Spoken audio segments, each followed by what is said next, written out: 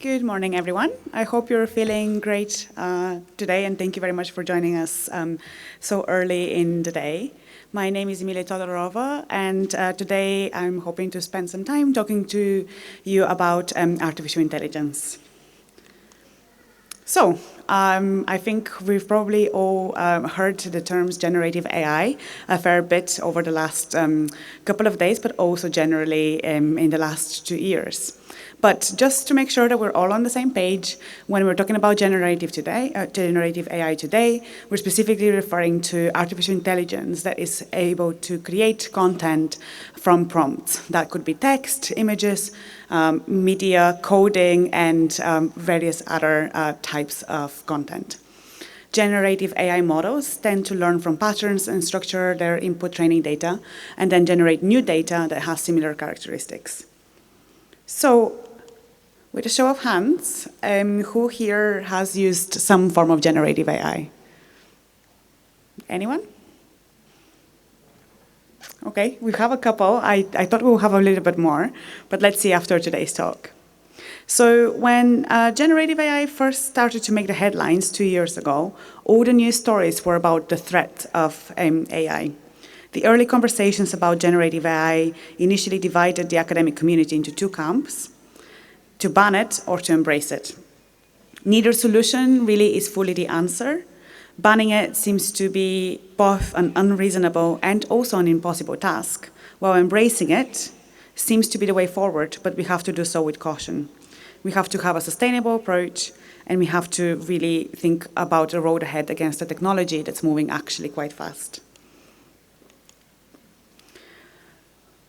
I am aware the text here is quite a lot, but I'm sure that the slides will be shared with you after.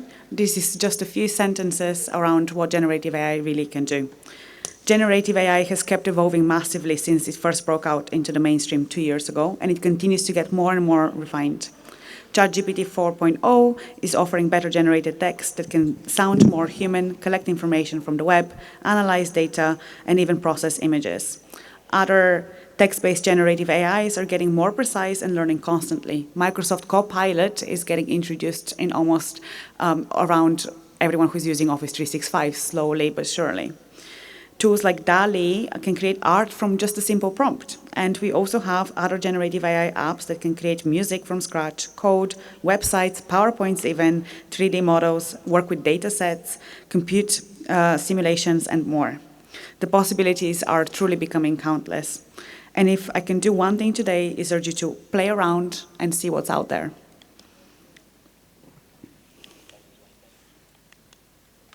So, why do we need to be considering AI in higher education? If it's a problem and it's a threat, why can't we just ban it?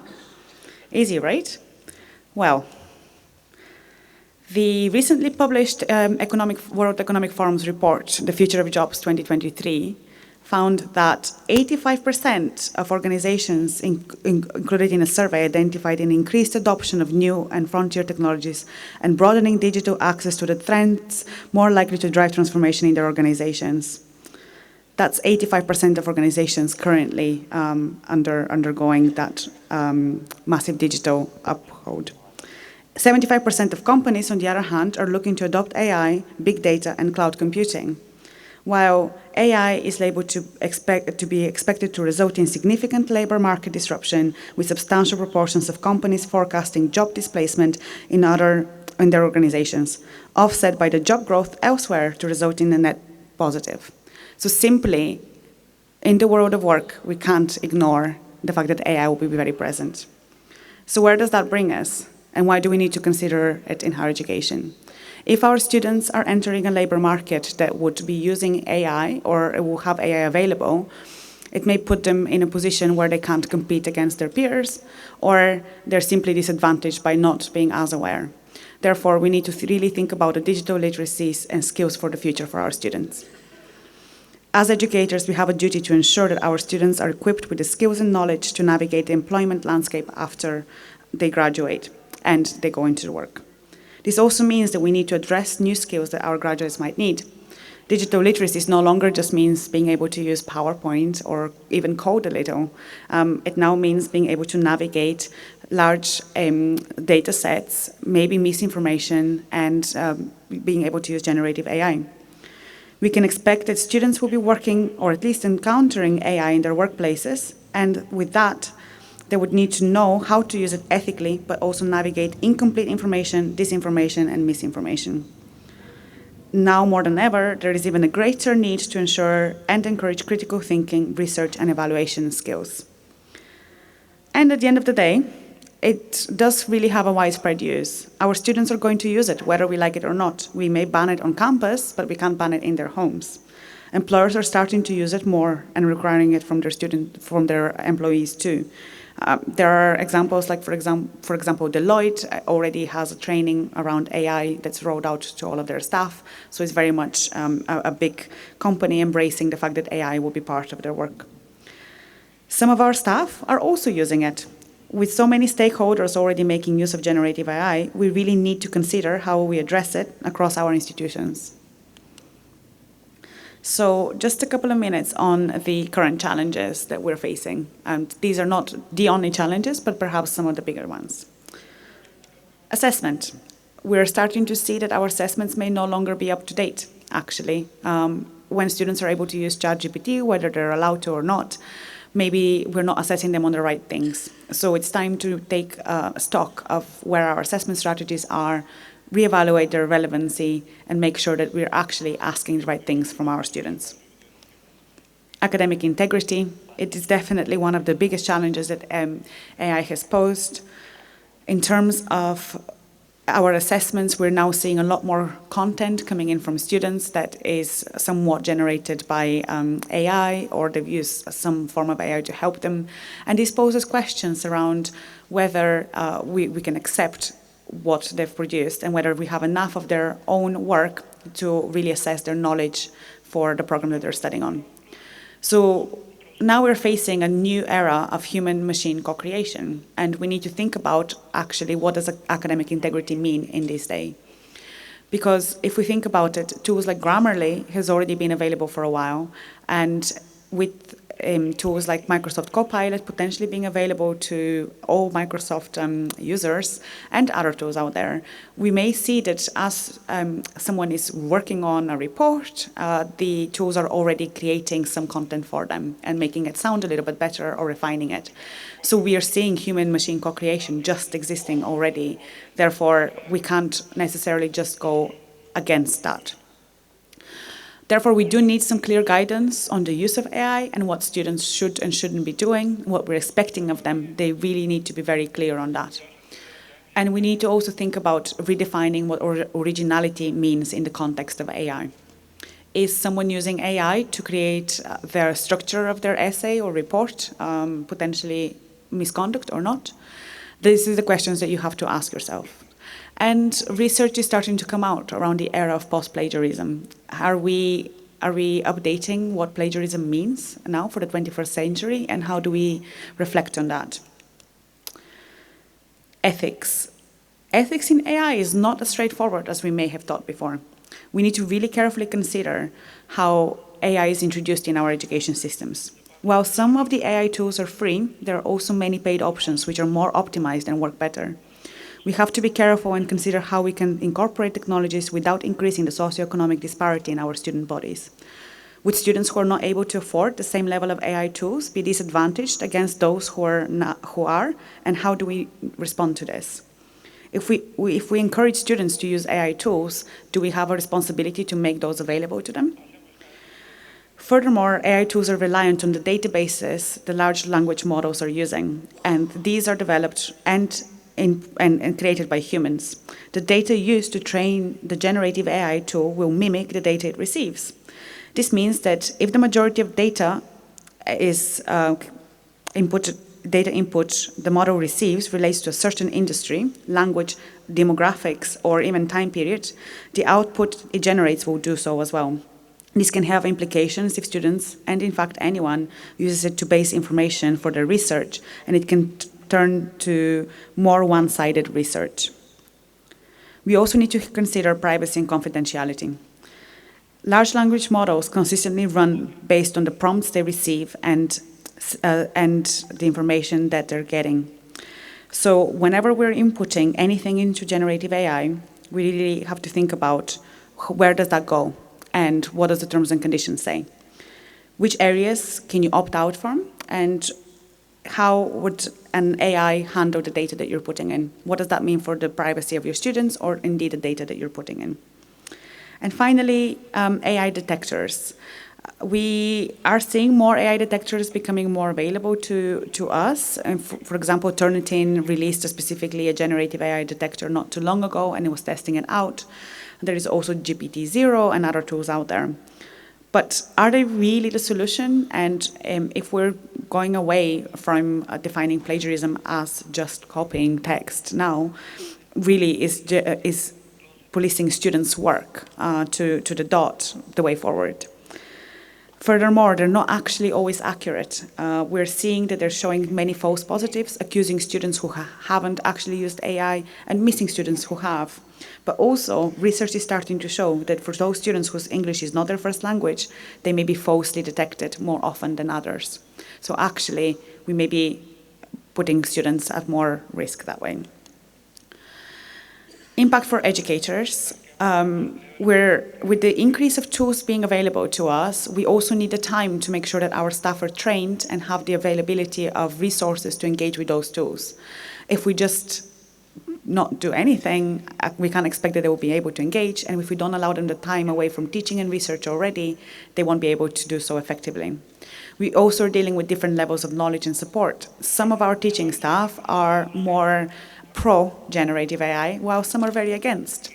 So therefore, really, an institutional approach across the board is extremely important. That, with increased guidance and training for everyone, is really the key to moving forward. And finally, we also have the fear of job displacement. That's a fear that exists in, I guess, a lot of industries, including education. What does it mean for the future of the teacher?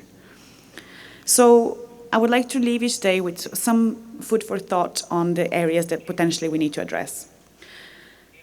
We need to have clear and comprehensive guidance and guidelines for staff and students around our organizations. A clear institutional approach which defines who, where, how is going to address generative AI. Define acceptable and unacceptable uses of our tools that are available out there, and what we allow to be in academic work and what we don't. Maybe we only allow generative AI to be used in learning and teaching, or perhaps we have some tolerance for it in assessment. The procedures for detecting and responding to AI related to academic conduct should also be established. Maybe you need to update your already existing academic misconduct policies, or maybe you need to create an entirely new one. Finally, we should set standards for responsible data collection, storage, and usage in any AI-powered learning environment. We also need to review our existing policies and procedures. Creating a new policy around AI use is potentially not enough. Which policies also need to be updated will depend on institution from an institution, but a general review around your regulations, procedures, and guidelines may need to be done. Have you considered AI in your committee structures as well? Is there a forum for staff to be able to discuss any AI-related issues or opportunities within your learning and teaching or quality assurance committees and such? And how are any changes communicated to the academic body? We also need to consider our assessments. We already identified that our current assessments potentially are no longer up to date to handle the amount of generative AI that's out there already. So really, we need to change our approach to assessment and maybe make it AI-proof, so to speak. That doesn't necessarily mean going back to exams on pen and paper, because that's also not sustainable. Your staff and administrative structures will simply not have the time to handle that administrative burden anymore. So really, we need to allow staff the sufficient time to reevaluate their assessment approaches. There is a need for them to be able to really sit and re-review their programs and how they're assessing students and really what they should be assessing students. Okay. Upskilling staff, we already touched a little bit around the fact that staff also need to receive more training and guidance around this. And as institutions, your institutional-wide approach is very key in this area. What additional time would we need to allow staff to train themselves? What guidance can you offer them? And how best to allow staff to familiarize themselves with those tools? And of course, we can't forget the students. We need to engage students. At the end of the day, actually, our students are just as worried about AI as we are. Students are worried that if they're not using it, their colleagues are, and that would make them fall behind. Maybe someone will excel with the help of AI while they're not. Students are also not fully aware of how to use it well and ethically. So our guidance towards that is very important for them.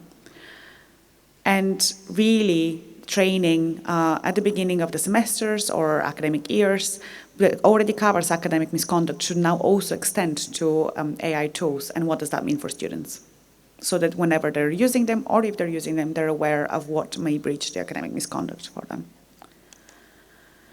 And really, we're now looking at a curriculum fit for the future. Our curriculums need to start emphasizing even more so than before, critical thinking, communication, collaboration, and problem solving, all skills that are really going to be important in an AI-driven world. If we are aware of how much information AI can produce, we are also aware that some of that information will not always be correct. So we need to be very good at spotting bad information and misinformation, and so do our students. So really, students should be able to evaluate information, identify potential biases, and be able to use those tools responsibly. I've heard examples of already kindergartens, and I do mean kindergartens, teaching young kids on how to spot false news and misinformation. So we're seeing how these skills are starting to become a really important part of our day-to-day. So I just wanted to leave you with a couple of final words before I step off the stage today. Really, we want a balanced approach towards integrating generative AI. We have to integrate it responsibly. We can't just jump on a horse and leap with it. But we also shouldn't ban it, because it will be part of our day-to-days. Institutions need to go through proactive policy changes and adaptation to ensure we foster a positive and equitable learning environment for everyone, and really use AI as a transformative force that it's offering to be for higher education. Thank you. I'm not sure we have time for questions, but I'm sure that you can grab me at the end. Actually, there is one question for you. Okay. It's on our Facebook.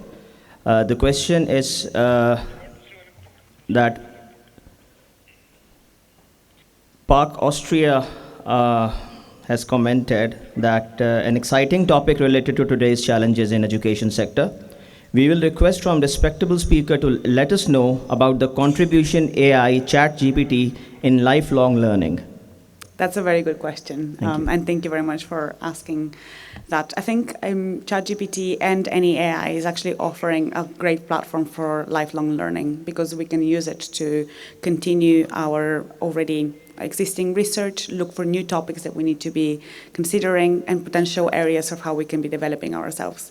But it has the potential, and we discussed yesterday the small learning models as well. It does have the potential to allow us to be more specialized in certain areas and to access information quicker.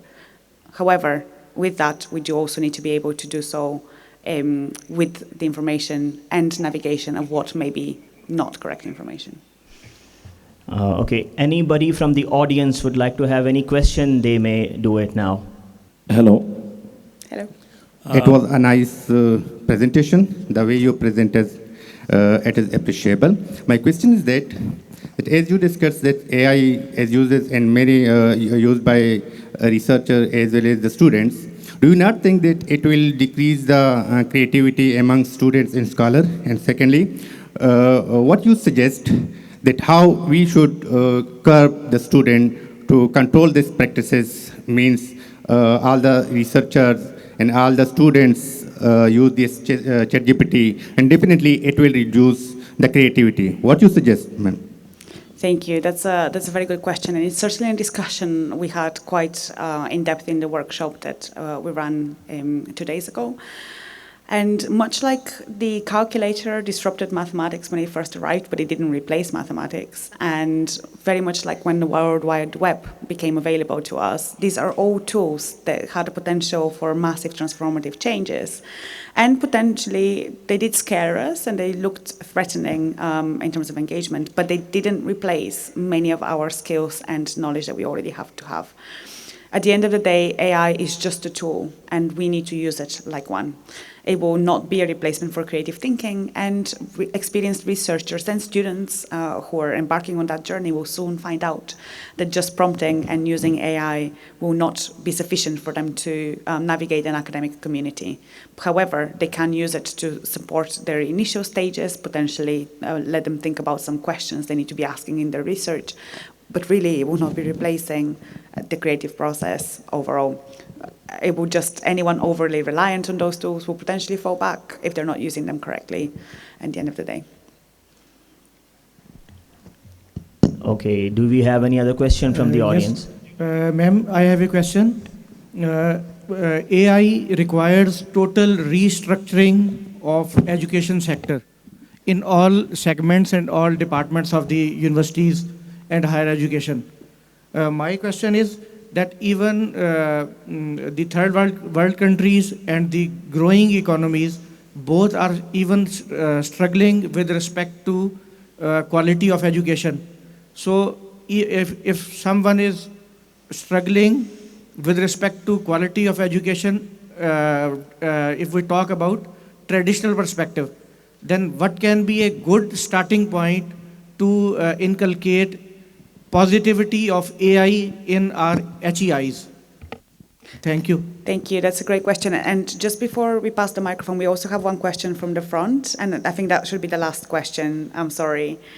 Okay, so I very much take your. It's over there. Sorry, over there. Thank you. Yeah, thank you. That is a good question. I think with any system, regardless of how far into the process you are, whether it's the beginning of the process or it's already established a system, communication and collaboration is very key.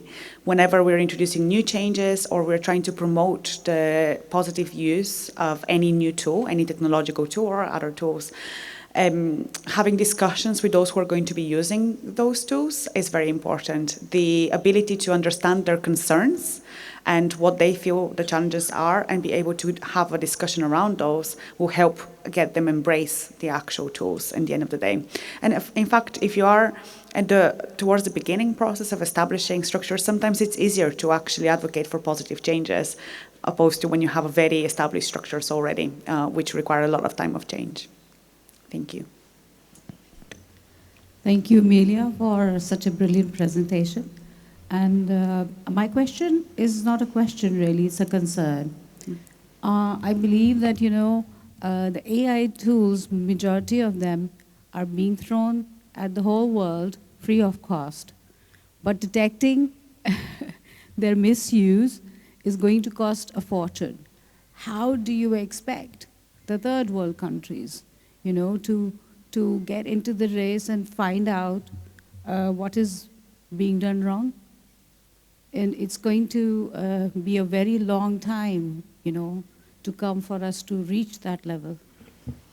I think that's a very valid concern, and unfortunately, and I think we did touch on this yesterday during the talk on small language models as well. Unfortunately, such a tool that's moving so quickly can create a larger disparity between our worlds as they are. And it is a challenge. It's a challenge I don't have an answer for, but I do believe very much so, spoken as a true quality assurance person, that a good regulative process is important. And we're seeing around the world now, in Europe and in the United Kingdom and across other countries, that there is a call for regulation, for stricter regulation of how those tools are used and the information that they produce. Where we will get with them, we don't know, because some people want less regulation and some people want a stricter regulation, and it's very early days. But really, I think that would be partially the answer, because we are in danger of being flooded with too much false and inaccurate information, even deep fakes and so on, which have been part of our kind of existence in the last few years, are becoming better because of the power of AI. And that would be a problem for any country that is not us at the forefront of technology. So I hear your concerns, and I hope that the regulations that we're seeing around the world will be able to address those effectively. I think. Thank you very much. Thank you, Emilia, for the. Sorry, pardon for disturbing you. Actually, we got some questions from the social media as well. So pardon if you could answer it. Just one question. They are talking about the role of teacher in the availability of AI tools. If you talk about this. Sure. I think part of the reason why I am an advocate of equipping staff with just as many skills around the use of AI as we do our students is because they have a key part in educating and using those tools within their classrooms potentially. We may see that some teachers are actually big advocates of AI and they're already using tools in their classrooms. I've seen this already in my institution where teachers are giving an assignment produced or getting students to produce a response on an AI platform and getting them to critically evaluate it. So they're using it as a tool to teach students those critical analysis skills that they need from them, because we know that AI is not always giving us the right answers. So really, an educator has the power to motivate and engage students and encourage ethical use, or it has the power to potentially ignore what's happening, and maybe their students will be more confused of what they can do and what they can't do. So educators are extremely important in their own thoughts around this, which is why an institutional approach that's spread out across your academic community is very, very vital, because the disparity otherwise can grow. Thank you. Thank you, Emilia, for the comprehensive presentation on artificial intelligence. Thank you very much.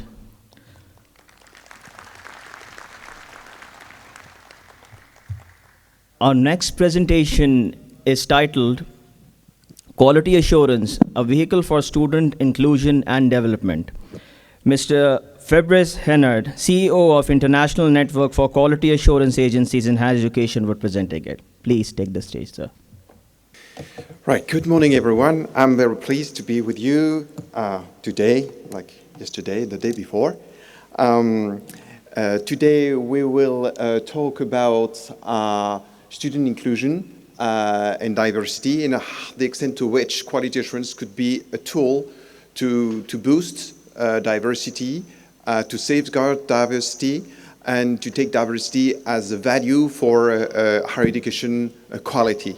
So this will resonate with the workshop that we had 2 days ago, with, of course, some additional information. So I like these slides, which shows the surge of students' numbers in the world the last 20 years. So we almost doubled the global number of students pursuing tertiary education. And you see the breakdown according to each of the continents. So all are increasing, some even faster than others, like Central Asia, for instance, where we are located. So worldwide, there is a trend toward opening higher education to a larger number of students and learners. And this opening has been widely driven by the demographic pressures and also the increase of the number of high school graduates. Once you graduate from high school, then what do the students do? Most of them would like to enroll higher education, and thus creating a pool of potential students. So this phenomenon is referred to as massification, as you know, and has led to the numerical proliferation of programs, higher education institutions, and a significant proportion of which are private institutions, as you know well, in Pakistan, because the public sector couldn't financially cope with the costs of this development. So here you have total enrollment in Pakistan, for instance, and you see that 10 years ago we were at 1,000,025, and we exceed now 3 million students in only 10 years. But simultaneously, the level of qualifications have required, the level of qualifications required in many professions has significantly increased because employers expect more and different qualifications. And the OECD says that job markets will require fewer repetitive tasks and more cognitive skills. So it means that the programs should be better aligned with the needs of the job market. But what we see, and that's where the issue of diversity will come, is that the traditional massification has been characterized by a surge in the number of students, the number of programs, the number of institutions. And you could see that actually diversity has not been the primary concern of decision makers because it was inherent to massification. As soon as you open the doors of higher education, then you have more students and then consequently more programs and more institutions. However, and over time, inconsistencies between higher education and the societal needs and the job market emerge, revealing skills gaps in key development sectors. And so this evolution, the massification, has led to questioning the relevance of higher education in meeting the needs of the knowledge economy in the society. So it was not only an imperative to enroll more students, but also to train students so they have the right skills. And thus, the issue of inclusion and diversity gained importance.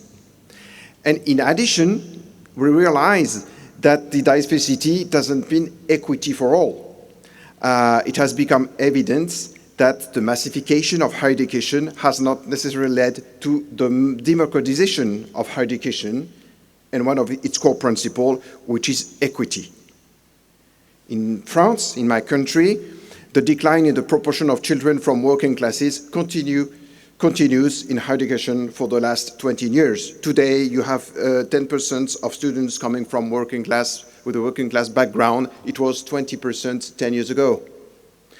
Same if I take the example of internationalization of higher education, and for which it is well known that students from the lower socioeconomic background are less likely to benefit from the mobility skills. So confronted with this reality, it became necessary to consider ways to make diversity compatible with the principle of equity in our higher education systems. And this resulted in the proliferation of initiatives aimed at primarily removing barriers, such as tuition fees, for instance, but increasing the access doesn't guarantee the success of the students. And it became crucial to adopt a different approach, refusing to sacrifice the standards. We could have lowered the bar, to accommodate more students, but that's not the objective of higher education. We see to train skilled people. So instead, it was necessary to start from the reality and welcome the students as they are with their individual characteristics. And that's actually where the diversity and inclusion has become a political issue. So here, just to give you some figures. So today we think that we have 235 students enrolled in higher education, so more than doubling. The 100 million students enrolled in 2000s, and you see the number of size of institutions. We think that between 2006 and 2018, the institutions grew by 52%. And I think this country is also a good example. Another example of the massification, and it's the gender parity in tertiary education. Today, there are 114 women enrolled in tertiary education for every 100 men, which is good. Here you have the trends. It's extracted from the HEC's annual report in Pakistan. And you see that the two curves don't converge still, but they progress at the same pace, with a difference of 200,000 students enrolled, blue men, red women. But behind the figures, you still have gaps between the richest and the poor that can reach 60% points or more, specifically in middle-income countries. And also, you can have several examples which shows that massification doesn't equal equity. For instance, if you see, if you explore the number of students with disabilities, you see that the rate of completion in higher education is half as high for individuals with disabilities compared to those without disabilities.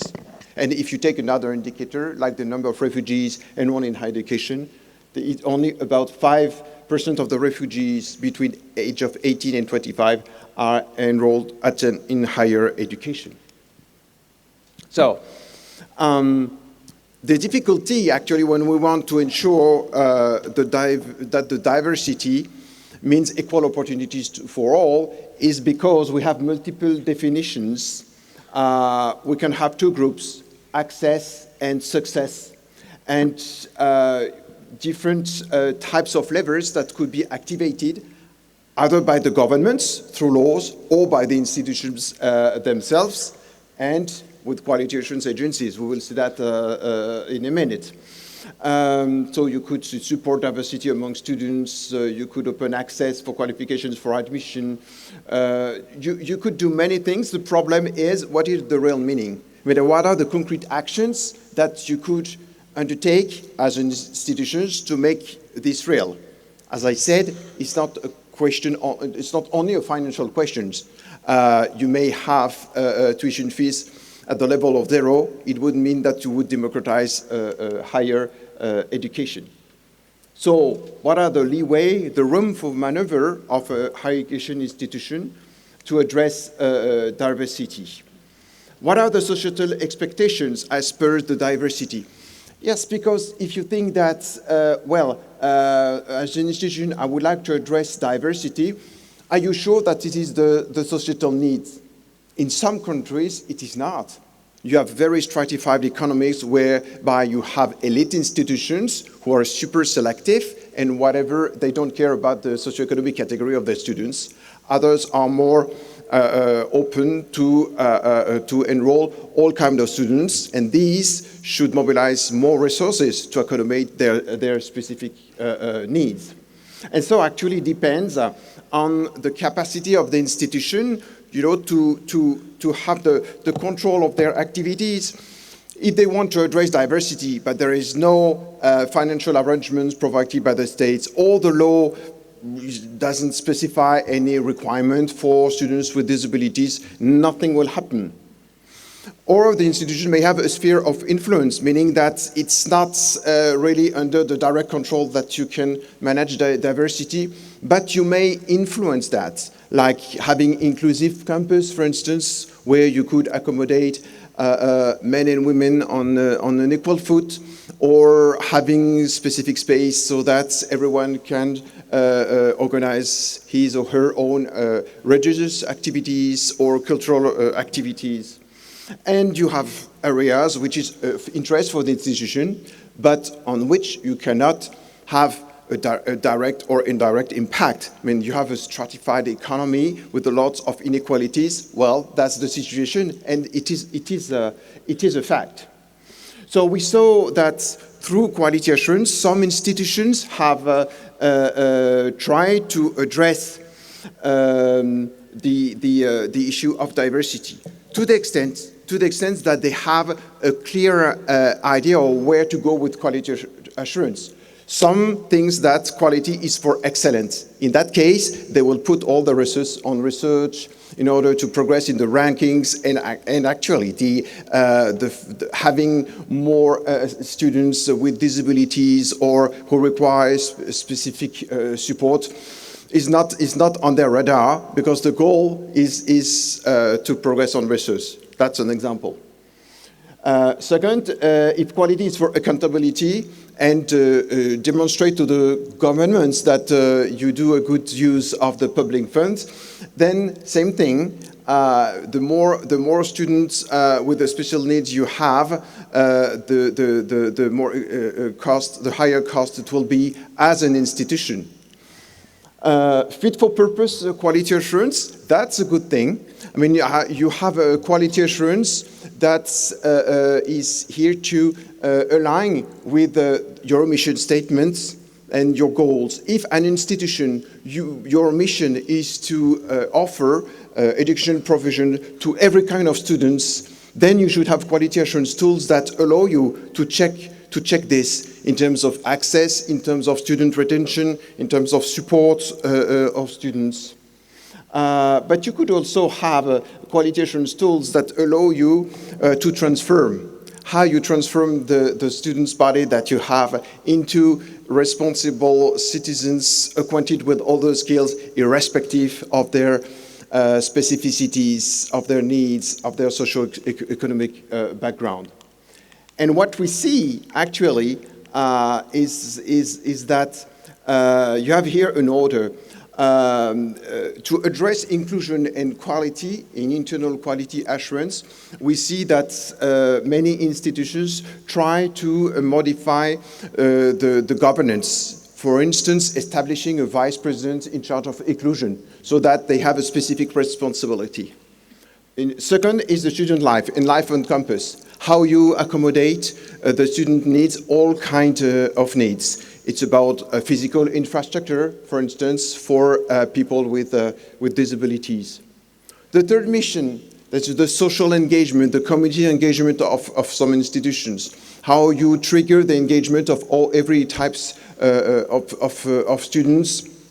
Then, which is a bit concerning, about training provisions, about the research and innovation, you could see that here, which is the core of the missions of the institutions, there is little quality assurance mechanisms specifically related to diversity or to inclusion.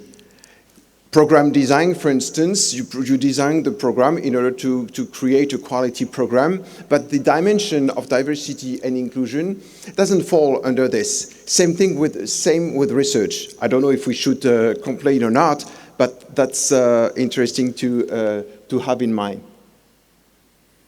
So we could say that today there is an international consensus on inclusion, and these are the main principles that because higher education is a public good, doesn't mean that it should be driven by public institutions only. It could be private to the extent that higher education as such is a public good. So governments have the duty to ensure the quality of their higher education system. The institutions have the primary responsibility to ensure the quality of their training activities, and training are subject to independent external evaluation. These are the principles that are widely agreed upon. But on the ground, that's not exactly the case in many of the institutions. As I've just said, you have few standards specially oriented towards inclusion. Often inclusion is an add-on, but it's not mainstream. So you could see specific criteria related to inclusion in life on campus, but almost nothing when it comes to the education programs and the research. And which is, to me, I'm surprised with the fact that we don't really question diversity through the core activities of the institutions. So you could say, okay, as an institutions, I don't know exactly how to do, but don't worry because the quality assurance, the external quality assurance will help me. But actually that's not really the case because not every agency can or will address inclusions. It depends of the scope that they have. Those who accredit with a system of pass or fail, they usually don't have criteria for inclusion. Those who focus on improvement-led assessments, then you can have that dimension. But as I said just before, inclusion is always something peripheral to the core activities of the institution. It's good if you do it. If you don't do it, well, that's not a pretext not to give you to refuse you the accreditation. So the aspects that are commonly addressed related to inclusion and diversity in both internal and quality assurance are those. Those commonly addressed on the left: policies for students with disabilities, student well-being, completion rate, this is well tracked, anti-discrimination policies, and gender equality policies. So you find them in many institutions. And other aspects that are less commonly addressed are on the right.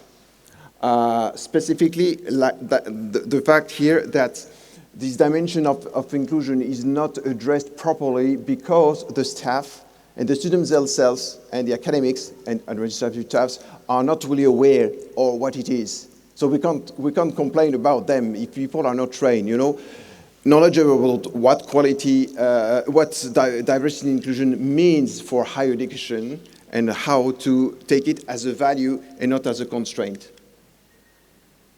So there are ways.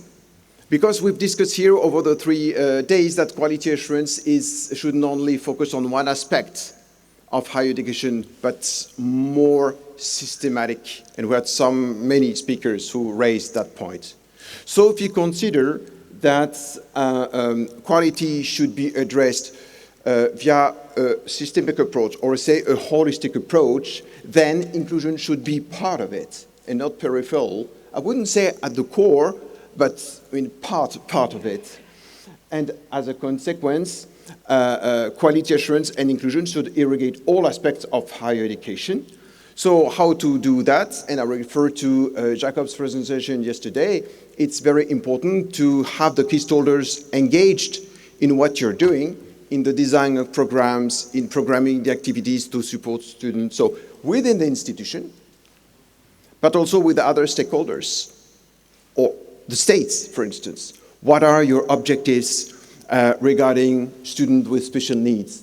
Because remember, for those who attended the workshops, we discussed about the fact that very often in countries you have laws on inclusion and diversity, like on gender, but it's not applicable necessarily to higher education. And so the translation into the generic law, into higher education specific regulation is not properly done, and probably it's not the responsibility of higher education institutions to do it. But you have examples that are interesting. I took one on gender, and in Catalonia, so one province of Spain, here in dark green. And you could see how quality assurance has been used as a tool for gender equality. First, you have a legal setting. So the Catalonian law on effective equality for women and men, that specifically identify institutions, universities to introduce mainstream on gender perspective. So there is a prescription by the law. So it's easier for the institution. The law also establishes very specific requirements. Take the second, for instance, universities must guarantee that the faculty staff is trained on gender mainstreaming and women's studies.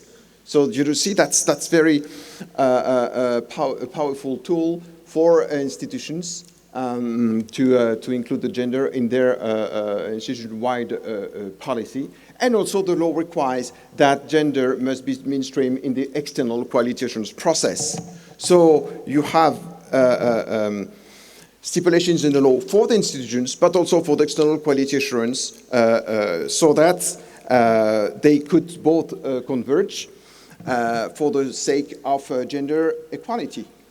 And you see that the law also requires the external quality agency, ACU Catalunya, to assess how gender is mainstream in all universities, to assess if institutions include the specific educational content on gender-based violence. And you see it helps institutions also to identify the kind of policies and activities they should design and implement. Having indicators presented segregated data by sex so that you can better steer your policies. And even the law indicates the type of evidence that the institutions could provide to the external agency when it comes to gender. So that's one part of the inclusion dimension, but I think that's an interesting example. So Is there a recipe to better address inclusion for institutions? Of course not, and thankfully there is never a ready-made answer. The push factor is that if you have a global framework, it is true that having in Europe a policy and guidelines on the social dimension of the Bologna process helps because it gives you reference points. But I think that the legal setting, provided it is adapted to higher education and required from higher education institutions, is also key, because if you have nothing, then it lies only in the hands of the institution. And quality standards should include inclusion at the same level of the other quality requirements. But we could also have another type of inclusivity, which is called inclusive quality assurance. So inclusion as a subject, but the goal is inclusion as an object, how you render your quality assurance more inclusive. First, through the standards that would include an inclusion dimension. We could also think about the composition of the external experts panel, so they understand what it means to ensure diversity, how diversity could be valued, and how this could be assessed by them. How to engage stakeholders during external assessments. You could ask associations of handicapped students, for instance, that we rarely do. Do they have a specific approach to inclusive, conducive programs and service? We could have also accreditation reports that would emphasize the promotion of inclusions. We could conduct thematic analysis on diversity and inclusion. So you have different levers or options for the quality assurance agencies to highlight, to showcase what has been done in that field. And ideally, to have these requirements on the left, and I think the best would be the legal setting for the institutions. And how to help QA agencies to better address inclusion? You could say, well, if I don't have a legal setting, we could try as a quality agency with institutions to progress further. And this is where I would like just to give you some elements of information related to the external reviews of quality assurance agencies that are done since more than 10 years in the Bologna area, the European higher education area, and that we are implementing now at PNQAHE through the international standards and guidelines. So these standards and guidelines are meant to help institutions to improve their practices.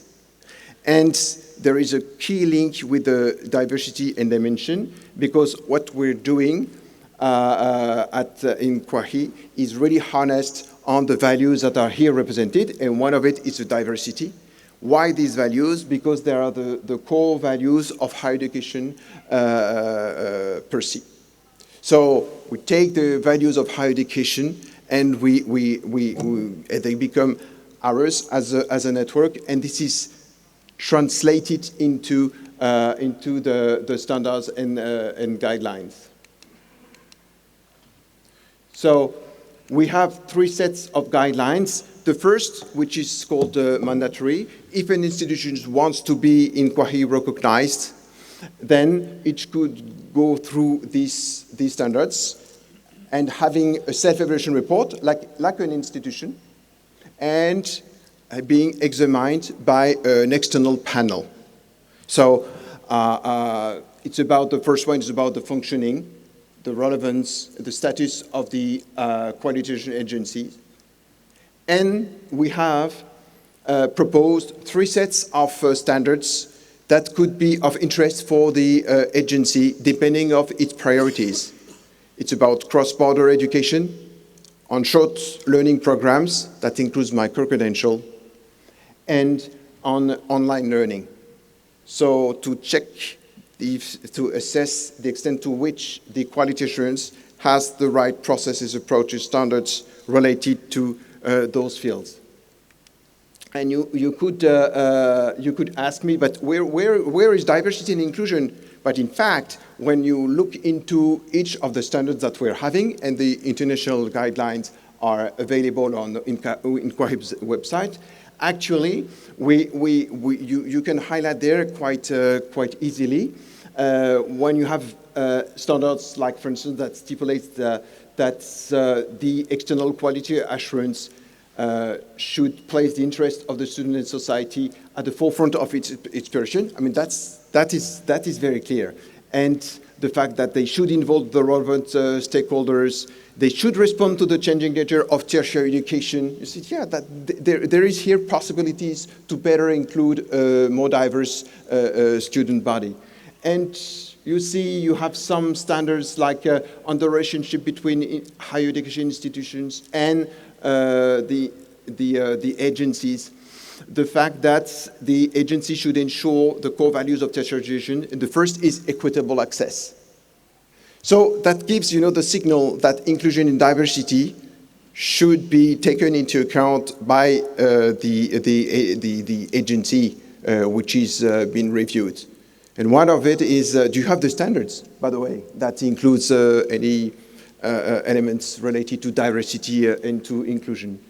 So I will not go by one. I will give you the slides, but I just highlight it, all the aspects that relate to the inclusion and to the diversity. Understood as a value for higher education and not as a constraint. So take into account the context and culture, for instance. I think I would be very interested to know how in this country the Higher Education Commission, take into account the specificity of each and the provinces, which is probably one of the best lessons I have learned over these 3 days. How you take this into account. So we are starting the reviews of the agencies now. We have already 4 or 5 in the pipelines. So diversity and inclusion is only one part of it. But what is interesting is that we replace the core values of higher education at the very center of what we're doing. Because ultimately what we want to have is to have quality assurance agencies which are able to assess and help institutions improve their activities for the benefit of the students. And that's what we are trying to achieve with at PNQAHE, with our members, and lots of them are here, is to have quality assurance which is really impactful. It's not only designing tools, mechanisms for the sake of having, the quality assurance label. See our superb manual of process. If it doesn't have any effect on the students and related to the core values, if what we're doing is not for all of the students, irrespective, of their specific characteristics, then I think we don't meet our goal, which is to serve the community of students with all its diversity. That's an endeavor. We will see through these reviews we will succeed. There are other levers, but that's what I wanted to share with you. And just 10 seconds to highlight the fact that that's the promotional part, 10 seconds, that we will hold our forum in Bucharest in June. And it is specifically on the social responsibility through quality assurance. It's about the third mission, how institutions through quality assurance could better support, develop, and assess the engagement for the community, which is an aspect of quality assurance which is not always addressed, and we would like to discuss more about this. And of course, inclusion is a key part of it. So thank you very much, and I'm open to questions. Thanks a lot. So do we have questions? Yes, we have a question. Sir, I am Inamullah, and I have a question that in Pakistan, when we talk about the inclusion, mostly from the perspective of gender and from the perspective of poverty. Gender is not given importance. Mostly women, they are less in number in higher education, and we see that those who take admission in primary and secondary education, but they leave their education when it comes to tertiary or higher education. Secondly, sir, our population is, I think, 224 millions, and 40% of population is living below the poverty line. So, sir, how we will be able to educate them, and how we will be ensuring the quality? And the next thing that I ask, sir, that in our society, there is no culture of research. So I would suggest that how we need to work on these aspects and how we will be able to improve the quality of research. As Alfred North Whitehead in his essay, the Functions of University, says that the quality of education is measured through research. But here, there is no research, and sir, sorry to say if my question seems harsh to my colleagues, mostly there is no academic freedom. We don't do research on those areas where it is needed, where it is desired, and where it is demanded. And those who are trying to address the real issues that our society is facing, they are threatened and hunted. So how we will deal with these issues? Thank you, sir. I have been working for more than 20 years in different countries and institutions, and I think I understand your point. And specifically working on the definition of the quality standards.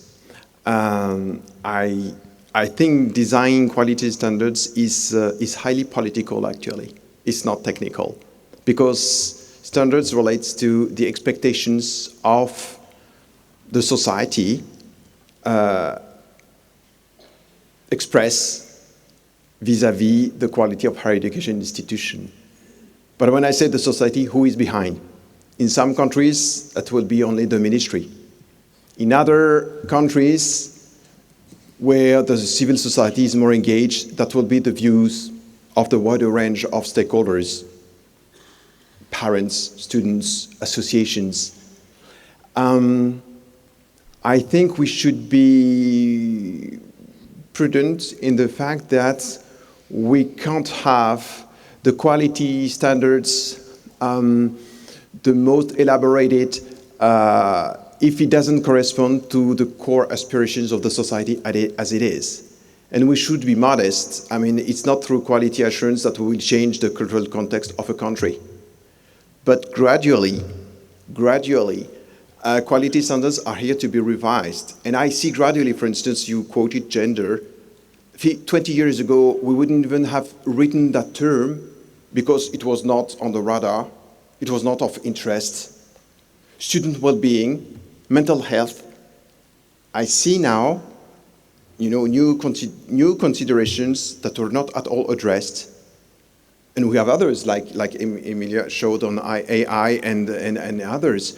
So you see, it would be interesting to have, you talked about research, longitudinal examination of the quality standards over the years, because you would see how it reflects the evolution of the society. What never works is a copy-paste of quality standards from other countries.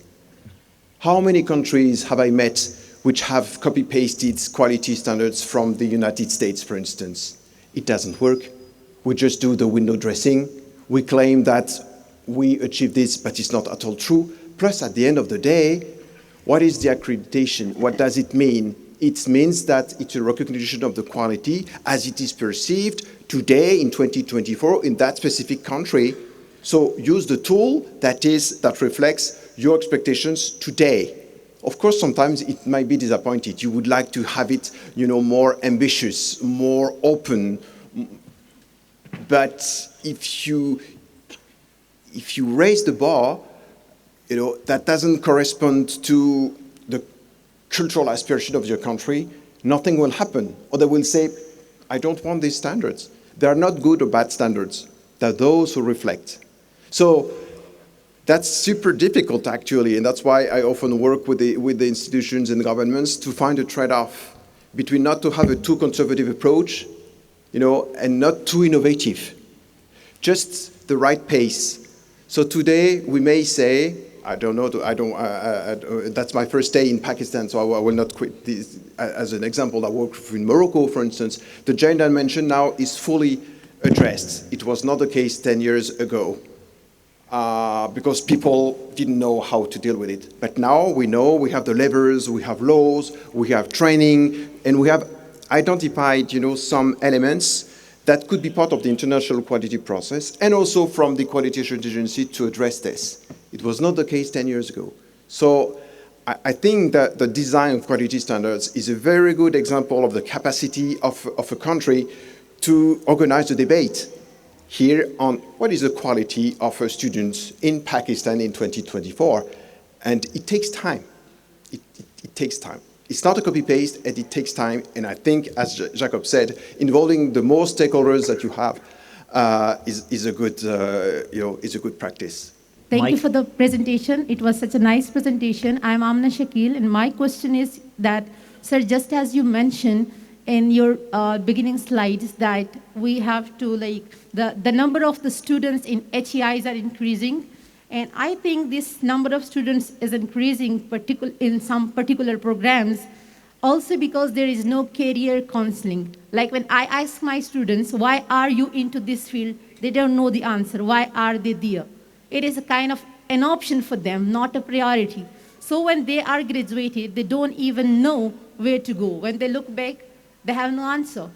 And they do not match the job market. So, sir, how to transform them? And there is a lack of career counseling in our country because we are a developing country, and I think it is a big problem. So how to tackle this problem, particularly in Pakistan? Thank you. Yeah. You see, I don't have a ready-made answer, a quick answer to this complex problem. But what you raised a point that is very interesting. You said we realize that it's extremely important and that we should have it. So do you think it is worth having these counseling centers into standards for institutional accreditation? Why not? But the way you formulate it should be adapted to the context. It may be not a requirement because institutions will say, I don't have the premises, I don't have the budget to do it, even though I find it really interesting. But standards related to this is how does the institution support the students in their orientation, in their career. It may be one person, it may be a full service, but at least that it is part, of their activities. And in some more advanced, developed, or rich institutions, you may require more. But you see, this kind of elements that you realize, and I will discuss several times on the need to have career counseling, that is needed. That should be stipulated in the quality standards for both internal and external. Can I take one? Oh, I have the ladies here, but just, okay. One last question, please. Sir? He has the mic. Thank you, sir, for a very good presentation. I am lecturer computer science from Government Degree College, Bannu. Sir, my question is that in internal quality assurance, we mostly perform surveys. In Pakistan, we have this practice that we perform different surveys to evaluate teachers. But I think performing surveys is not that much realistic practice. So, sir, what do you think that there is any other such practice that adds something good, like in evaluating a teacher, or it is it gives more importance to the quality assurance if we are not performing surveys, or there is some other practice in other countries through which we can evaluate a teacher in more good way? Yeah, thank you for your question. I can provide some elements of answers on this. I think first that we should consider the surveys as one source of information, but not the unique one, which tends to be the case. Second is, do your survey address the teachers as individuals, meaning their pedagogy, or is it the teaching as such, which is slightly different, specifically in terms of embedment of this tool by the teachers themselves. And too often, I see surveys that are oriented to the individual, as if it was the inspectorate who would control what the teachers does. But we are in higher education, and we should respect the academic freedom. So usually, the surveys that provide more insightful information to assess the quality deal more with the program as such, how the units are organized, is the pedagogy aligning with the objectives of the programs, how students are assessed. That's that's much better. And second element is that what we see is that we tend to reassure ourselves with the numbers, with figures, but actually what is more important is the analysis of these figures. Because through these surveys, it might be subjective, you don't know how the students have addressed their surveys, but you have results. And very often these results are never analyzed collectively. You know, what's the problem behind and how to improve this, or how we have identified the best practice in that faculty that could be transferred into another faculty. So I would say widen the survey. Survey is just one tool. Widen the survey and shift from teacher individuals to teaching. And third, pay more time, pay more attention to the analysis and organize the debate on the results of it rather than only focusing on the figures. Usually that works better. Thank you. Thank you so much, Fabrice, for your great presentation. Thank you so much. Okay, thank you. For the next presentation, I would like to invite Mr. Aljo Bezin. He's the Chief Product Owner Quality Assurance at HU Utrecht. His topic is Plan, the core of PDCA in higher education quality assurance. First, I'd like to say thanks for inviting me to PNQAHE to be here with you, take you along in the workshop, the pre-conference workshop, and give me the opportunity to share some of my thoughts and insights on quality of higher education and quality assurance of higher education. To start off with, I'd like to introduce myself a bit. This is a bit less technical, what I'm going to tell you, and slightly more personal, so I thought I'll introduce myself. As indeed announced, I'm the Chief Product Owner for Quality Assurance in a professional higher education institution. It's the HU, University of Applied Sciences in the Netherlands. This is my full-time job, so I'm full-time in quality assurance for the last 13 or 14 years or so. Apart from that, I chair audit panels for external quality assurance, and I do that both in the Netherlands and abroad. I do co-lead the community of practice for quality assurance in EURASHI, the pan-European organization for institutions of professional higher education. And I am, and this is very close, I guess, to PNQAHE, I'm the president of the Dutch Network for Quality Management in Higher Education. My own personal educational background is in philosophy, and I guess you'll see a bit, you'll recognize a bit there. I'd like to think, sometimes people say overthink, but as well critically think and laterally think. I'm in business management and quality management as well. And yes, so I'd like creativity, innovation, and critical and lateral learning, what I said.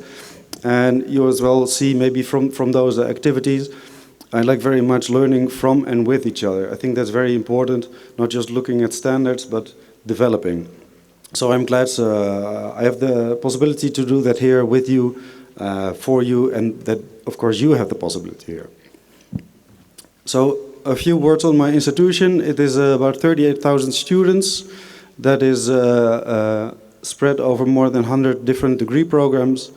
We have almost 4,500 staff in education, in research as well. We have 4 research departments and, of course, support staff. And our quality team is 18 persons, which is quite a bit, but it's a large institution as well.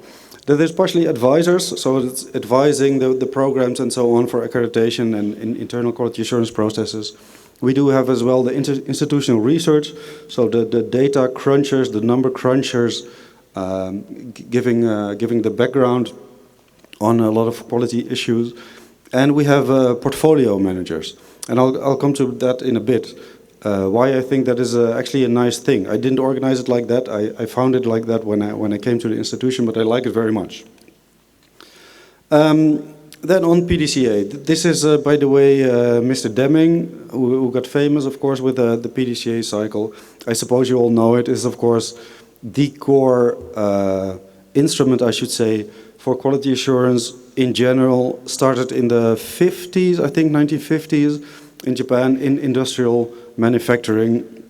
But ever since, although there's a lot of variations, people thought of all kinds of variations. I think there's more than 40 variations if you Google, but it all comes back basically to Plan, Do, Check, Act.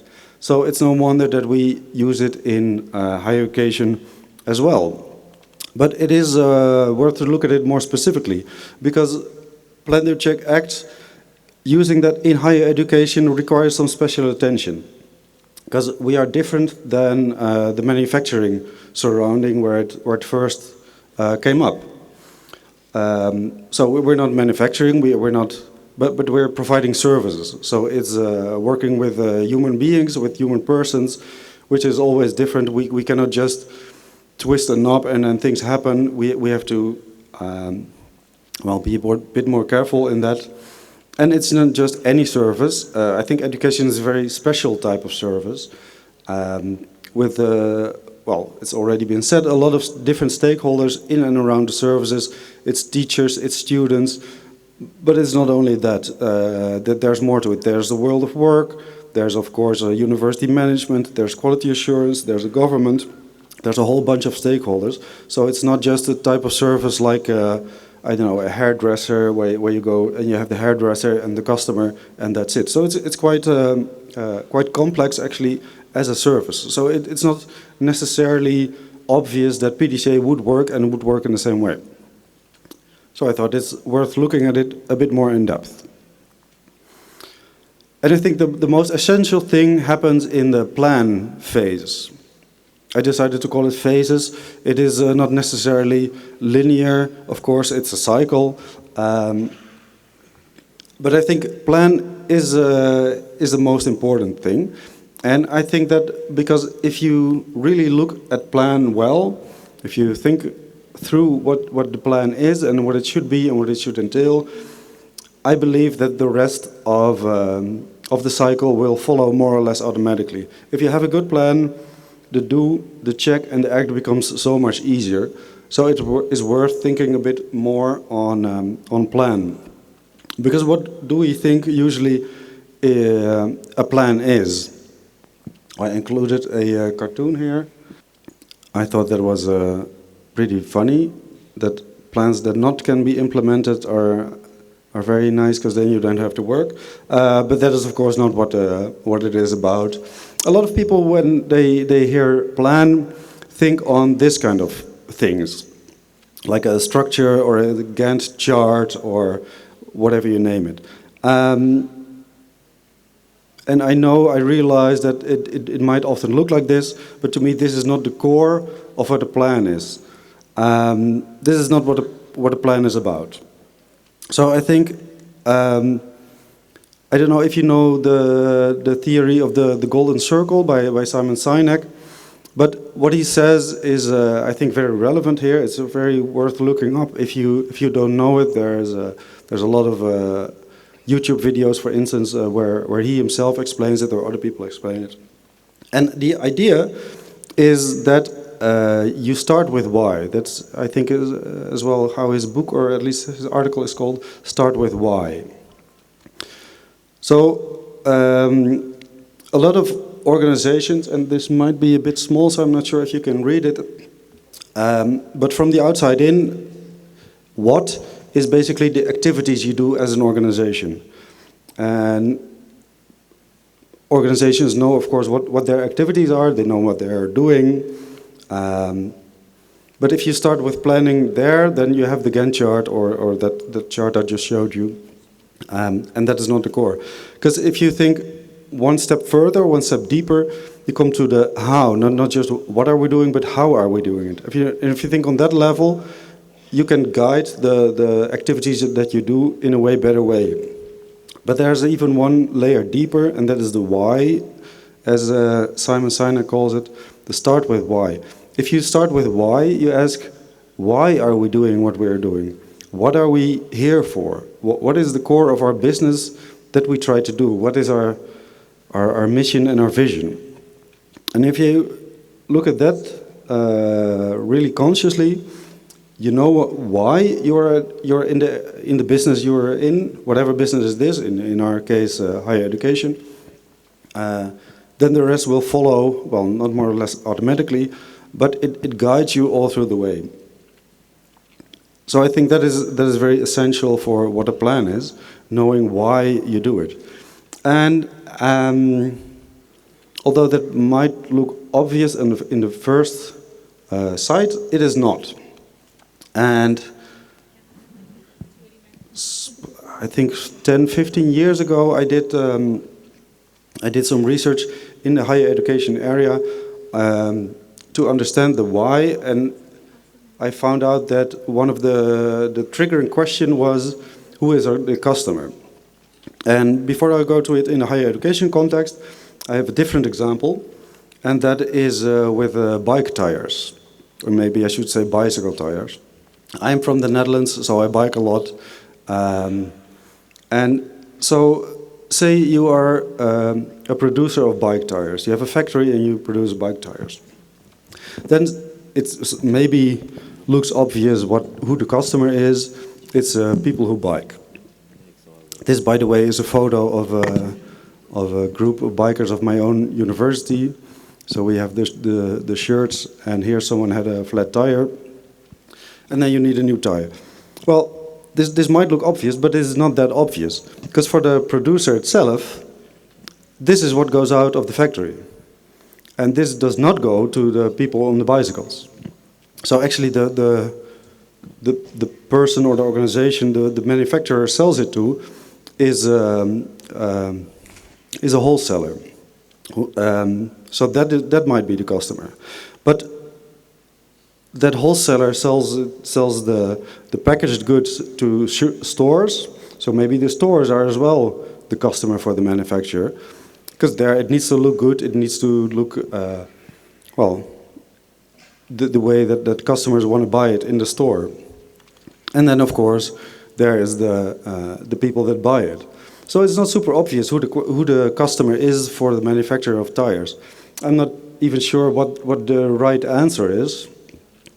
As I told you, I'm a philosopher by education, so I'm allowed to ask questions and not have answers. So that's very nice.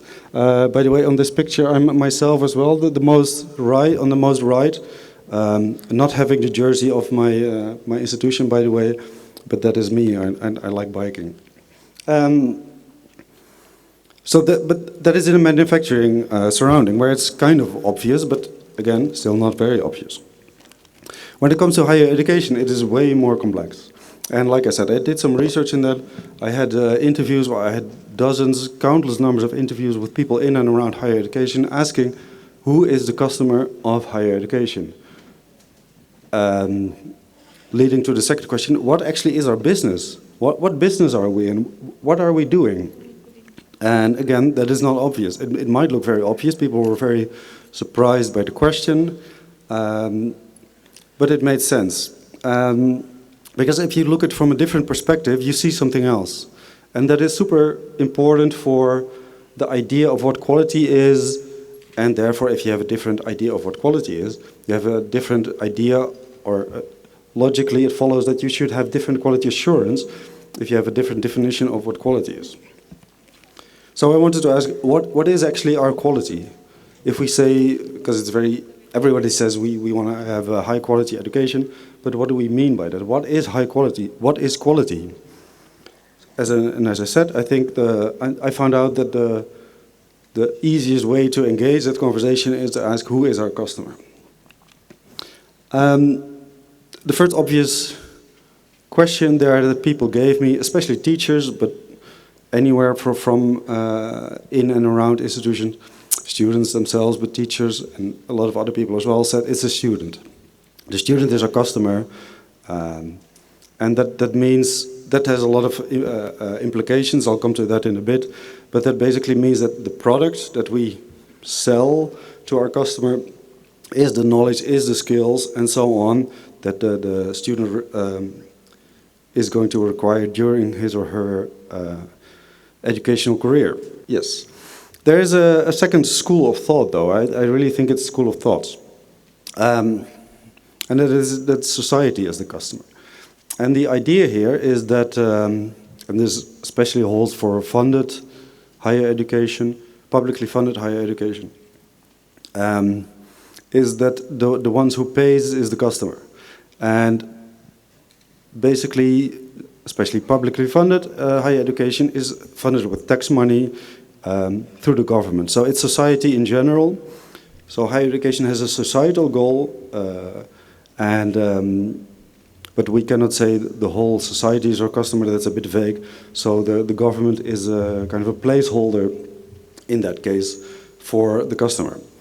That's not the only two schools of thought, though. There is a third one, and as I said, I'm coming from professional higher education myself, but actually I believe that all higher education, including academic, research, intensive education, is professional higher education, because our graduates will be researchers, if you're in the academics, but research is a profession as well, with professional skills and so on. So the third school of thought is that it's the professional surrounding that is the customer. So that's the world of work. And if that is the case, that changes again the whole thing. Let's see. Yeah.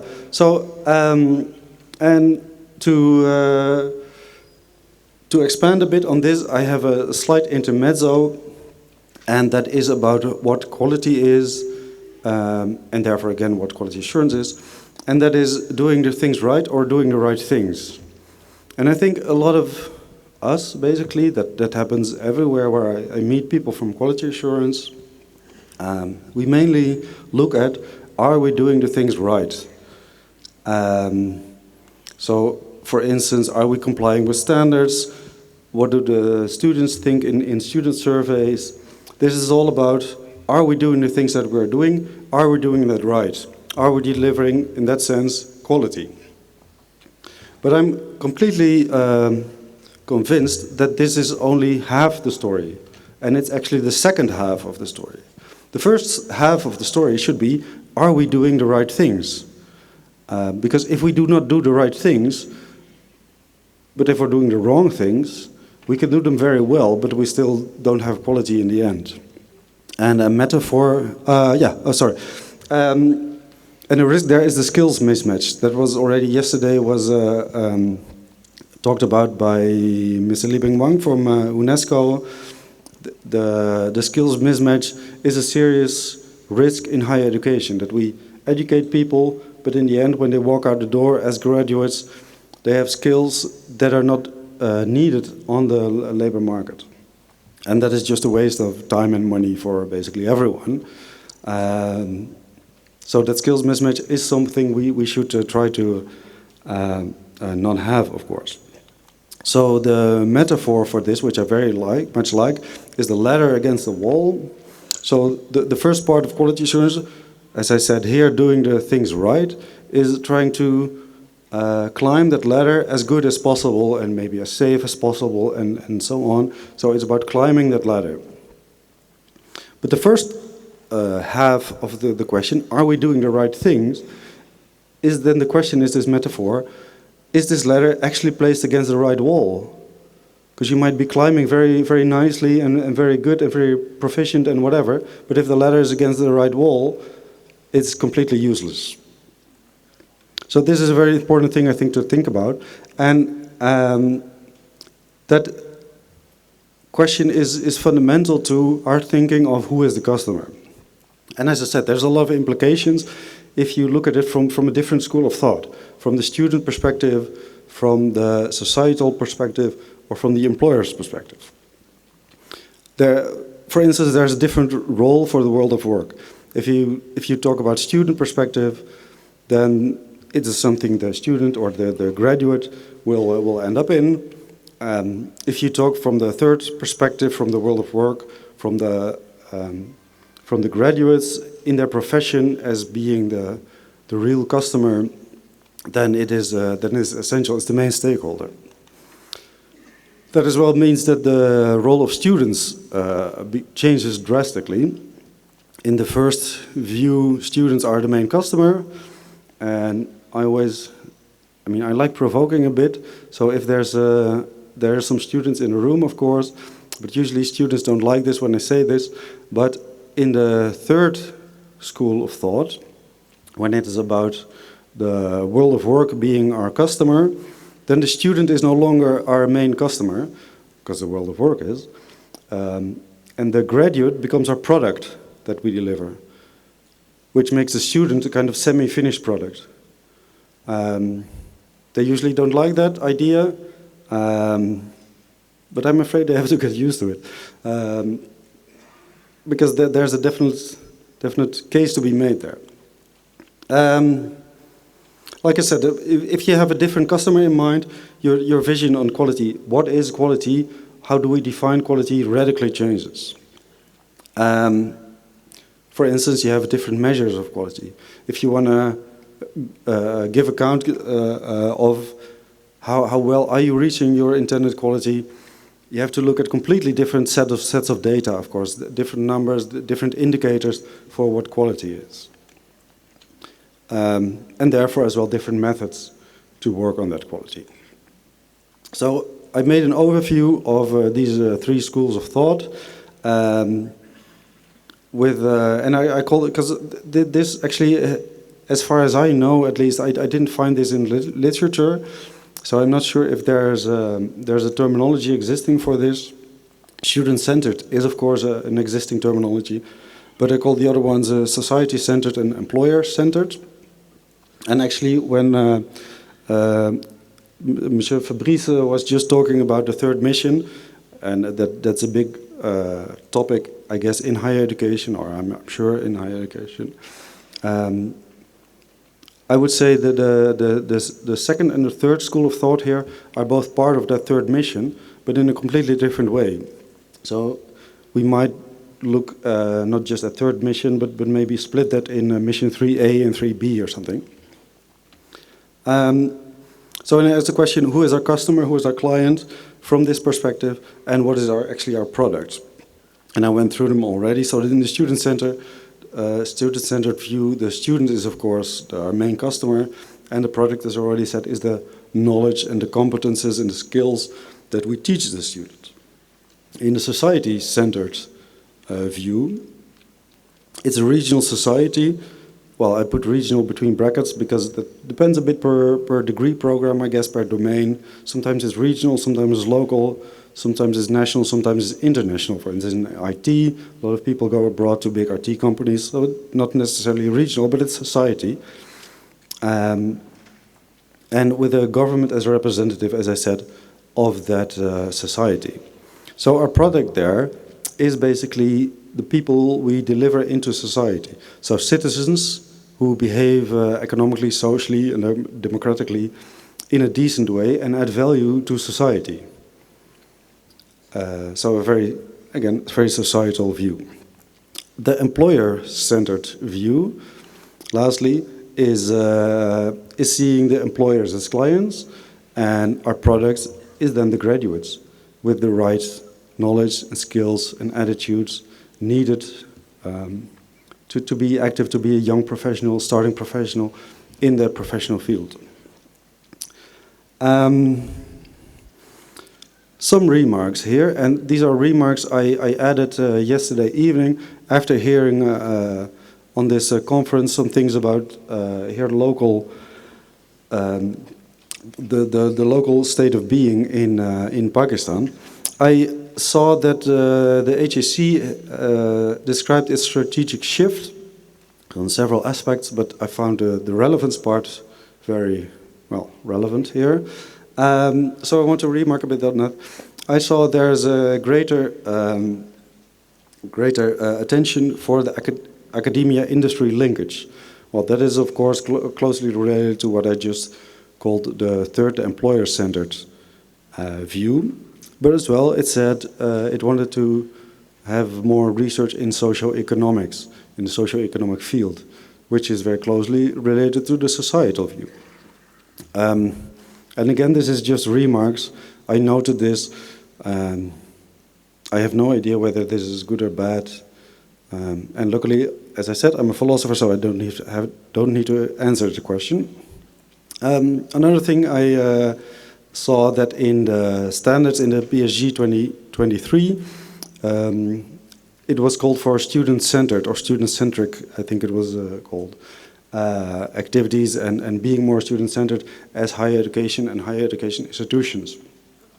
And that is, of course, then the first view. So at the moment, it's clear and that both student-centered, societal-centered, and employer-centered are interesting, are relevant, and that is agreeing with my core belief that you cannot single out one and say, oh, this is all about one, but it's always a bit of combination. But what I found is that in these strategic shift and in the PSG, there is no very clear choice being made. Again, it's not strange. I never see in the Netherlands or whether in Europe that choice being made very explicitly. Going back to plan. To me, what the plan is about is starting with why. What is our business? Who are we doing it for? And what is the quality we want to reach in the end? And then the do will follow, because if you know what you want to do or why you want to do it, it kind of is very easy to come up with the actual activities. It is worth thinking about a check, though, and I wanted to say a couple of things about that. And that is that in the plan, I think you should already look at the check or think forward to what check will mean. So in the plan, in the why, you think about what the outcomes, or what is your intended quality, basically. So you should as well think there, how am I going to check this later on in the process? So not have a plan and then later on do the checking, but when coming up with a plan, it's essential to know at that point already, okay, this is my plan, but how am I going to check this? What is the way of checking whether I reach this quality? So looking at the outcomes you want to reach. And then, of course, the alignment. There was one of the workshops on alignment. It's a essential concept, I guess. Here as well, aligning that with the why. If you have that why, that plan clear and a clear vision with shared by everyone, then it's way easier to align it, to align your activities with that plan and make sure that you get there with the whole team and everyone around it. So, concluding, and I think I'm quite nice in time here, to me it is all about the plan. Yes, PDCA, but plan. Think about the why, what businesses are we in, and what are our goals, and then the rest, I believe, will more or less follow. Thank you for your attention. Thank you very much. Do we have a question? Okay, we don't have a question. Thank you. Thanks a lot, Eljo, for your great presentation. I have a question. Thank you so much, sir, for your presentation. What I want to ask is that, as you said, that we need to know about our why. I'm Zarhuna Khan. I'm assistant professor of psychology and a mental health counselor. I just want to ask you, what do you think that inculcating the principles of student psychology, educational psychology, and business psychology in quality assurance, can they help us to know why, can it help us to chunk down the specific requirements of teachers and students as a whole, and for that to focus on the larger benefit of higher educational institutions? So do you think that's necessary, because you also have a background from philosophy and I have from psychology? So is the critical thinking playing any role? Will it play any role in that? Well, of course, critical thinking will play a role in that, because it always does. But actually, I do not think it is in the planning phase. essential when it comes to psychology. I would connect this to, I mean, it is important to know how people work, if I can describe psychology like that. And this is both for teachers and for students, for learners. So I think it is very important to establish what your vision on learning is. How do people actually learn? And that might be different in different fields. It might be different for IT people or teachers or nurses. They might have different ways in how they learn, because they might be wired in a way differently. So I do think that in the next step after the planning, if after knowing why, coming up with a curriculum, what type of methods do we need and so on to deliver the curriculum, I think it is there that it's essential to check or to think on the vision of learning. How does learning work in my surrounding, in my environment, and there use that psychology in order to design the curriculum. So I would say it's important, but basically one step later, going from the do to the check instead of, or sorry, going from the plan to the do instead of in the plan itself. Thank you. Thank you very much. Thank you.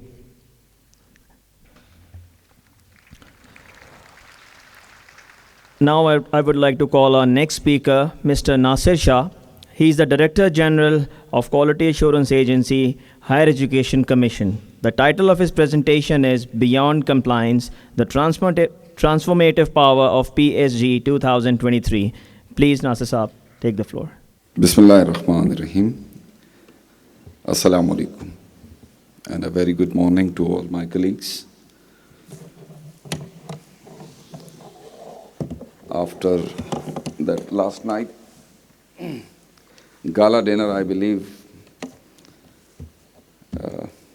participants are more energized. I hope they have enjoyed the last gala dinner. I've shared something with Ali. Thank you. We have with us Sayyid Imtiaz Gilani Saab. He is the former chairman HSE, former executive director, and former vice chancellor of UIT Peshawar, and currently the chairman of the NTC, National Technology Council. He just joined us, sir. Thank you very much, sir, for coming and joining us. Aisha was just asking me that who will be talking of these councils. So Aisha Gilani Saab is right here, so you don't need to be worried anymore. Okay, I don't have, since we have a lot of talks, formal talks, I don't want to take much of your time, and I don't have a presentation for you, because so far I believe today is the third day of this conference, and so far a lot have been said about quality with different perspectives, and the PSG is, I believe, now well memorized by the colleagues. ऐसा ही है ना?